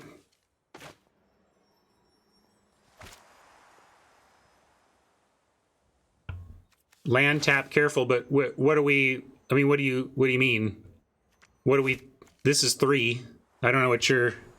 What are we saving for, Toto?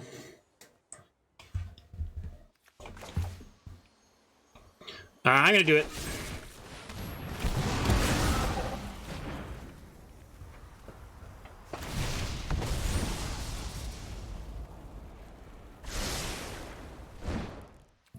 Yeah. Reasonable line from Tron. Here's what I'm doing, though. Don't want that. Although, we kind of want land for Beholding. But I don't like... maybe we just want the mountain. We have 2 magic missiles to draw. If I bin this and draw a magic missile, I feel like a fool. So I am gonna draw the mountain. Also, if we connect again with the blade, we can cast the Beholder next turn.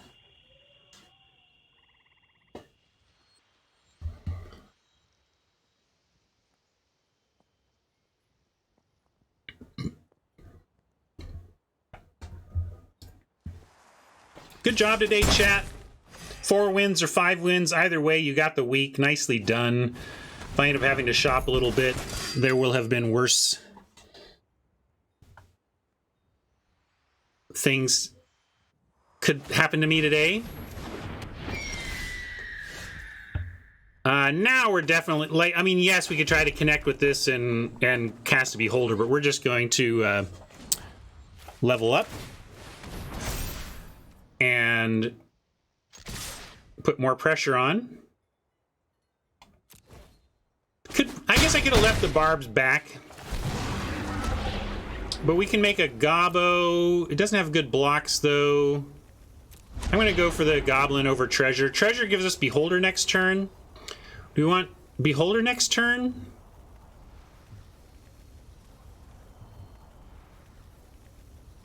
Oh, yeah, Paladin class, right? Thanks. Yeah, it has good blocks, so we'll do it. I also didn't... I would have done it anyway. I think we didn't need to chase the Beholder. But yeah, should have held back Barb. Getting a little aggressive with the lifelinkers. It works, but it would be even better with a Barb back, right? Because then we have blocks in the face of removal for the Barb.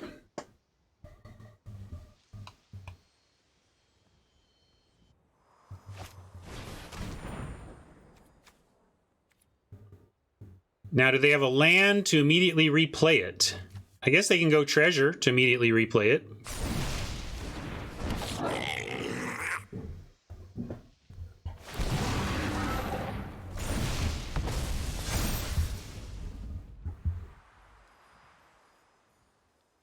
All of our draws are pretty good. Land gets us Beholder. Anything else is castable. So, and we even have Bring Back. I guess we don't have Bring Back anything. But if something dies, we can do Chapter 5 and bring it back. Oh, no, sorry. I was thinking of the other. What's the one I'm thinking about? That's the Cleric class. Paladin class is different. Never mind. Mixing up my classes. I can read. Look. Whenever you attack, until end of turn, target attacking creature gets +1/+1 for each other attacking creature and gains double strike. That's what it says. Double strike Fangblade seems hot. I'll take this trade. It's being plainly offered. There's tapped out. Maybe they're worried about me attacking with this and augmenting the Paladin class level 3, but I still like this trade.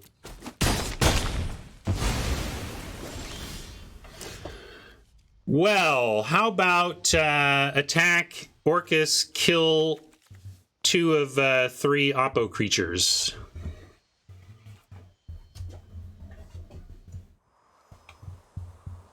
And do we want the Barb back at that point still anyway? Nah.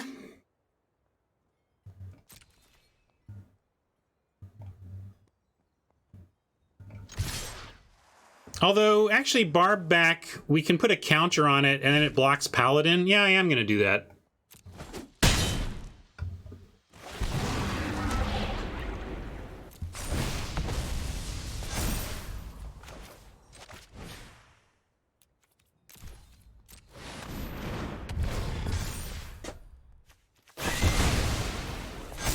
Yeah, Demon blocks Pally, but I don't want to, right? I would rather put this in harm's way.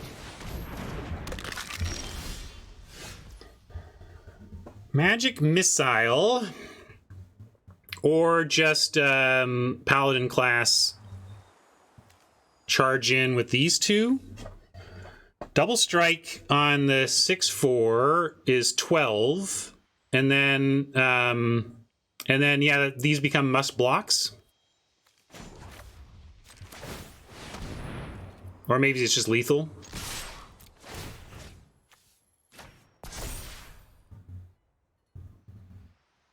Yeah, sorry, I forgot the plus there. They get some life back, but still pretty good.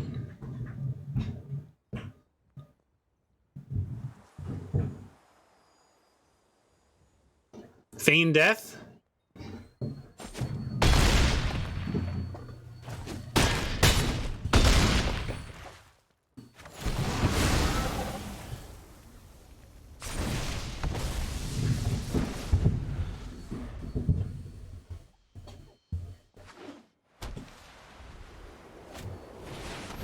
All right, that's good for us.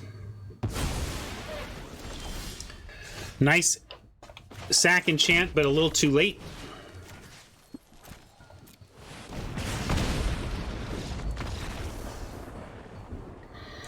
Suck it, D. I do my hair toss, check my nails. Baby, how you feeling?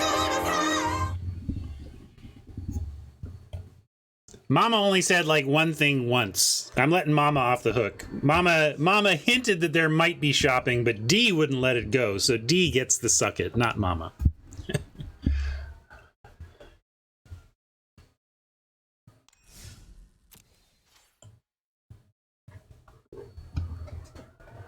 I wanted to be very clear about that.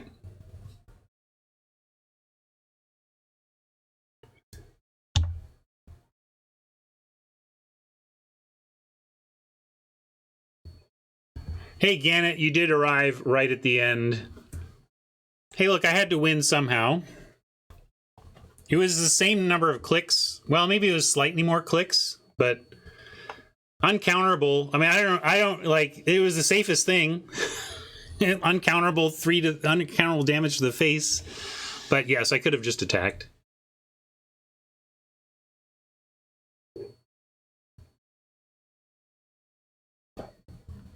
All right. You won the week, though, chat. I'm just happy to have preserved my bankroll. Good on you. Well played. I'm narrowly ahead in the series now with 2 weeks under the 2 weeks in the bag. We've got what? I am 8 wins to your 7 wins. No, 8 to 6, right? Yeah, 8 to 6. I think is the current standings. Right on, Ramos. Ramos mentioning my video is up on abusing the bots in Quick Draft. If you haven't seen that, you can check it out on YouTube. Again, it's digging the dew. Thank you.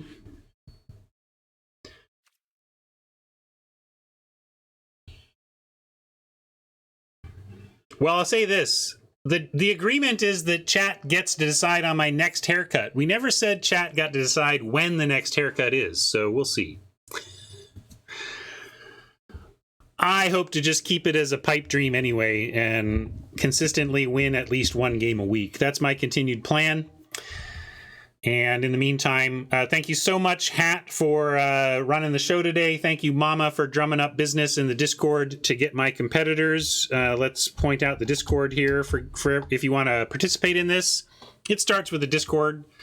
Fantastic Discord, amazing community there to help you with thoughts on your draft picks, on your deck building, on your life, on anything you want to chat about. Incredible community of people. Some of whom you saw here today beating me up 4-3 in the Gauntlet. And if you want to participate in the Gauntlet, you head in there and some of the welcome information can point you the way. And you, too, could be going after this hair week to week if you want to do that and join in there. So I'm acting like an attorney. I've been acting like an attorney my whole life, Mama. That was like a missed career. I could have been an attorney. I'm glad I'm not, though. Having now experienced jury duty, I'm glad I did not head that direction. It seems like too much of it is too boring. Gosh, there's a lot of boring parts. Wasn't a lot of boring parts today. It was just plain fun. Thanks, everybody, and we'll catch you next time, YouTube friends.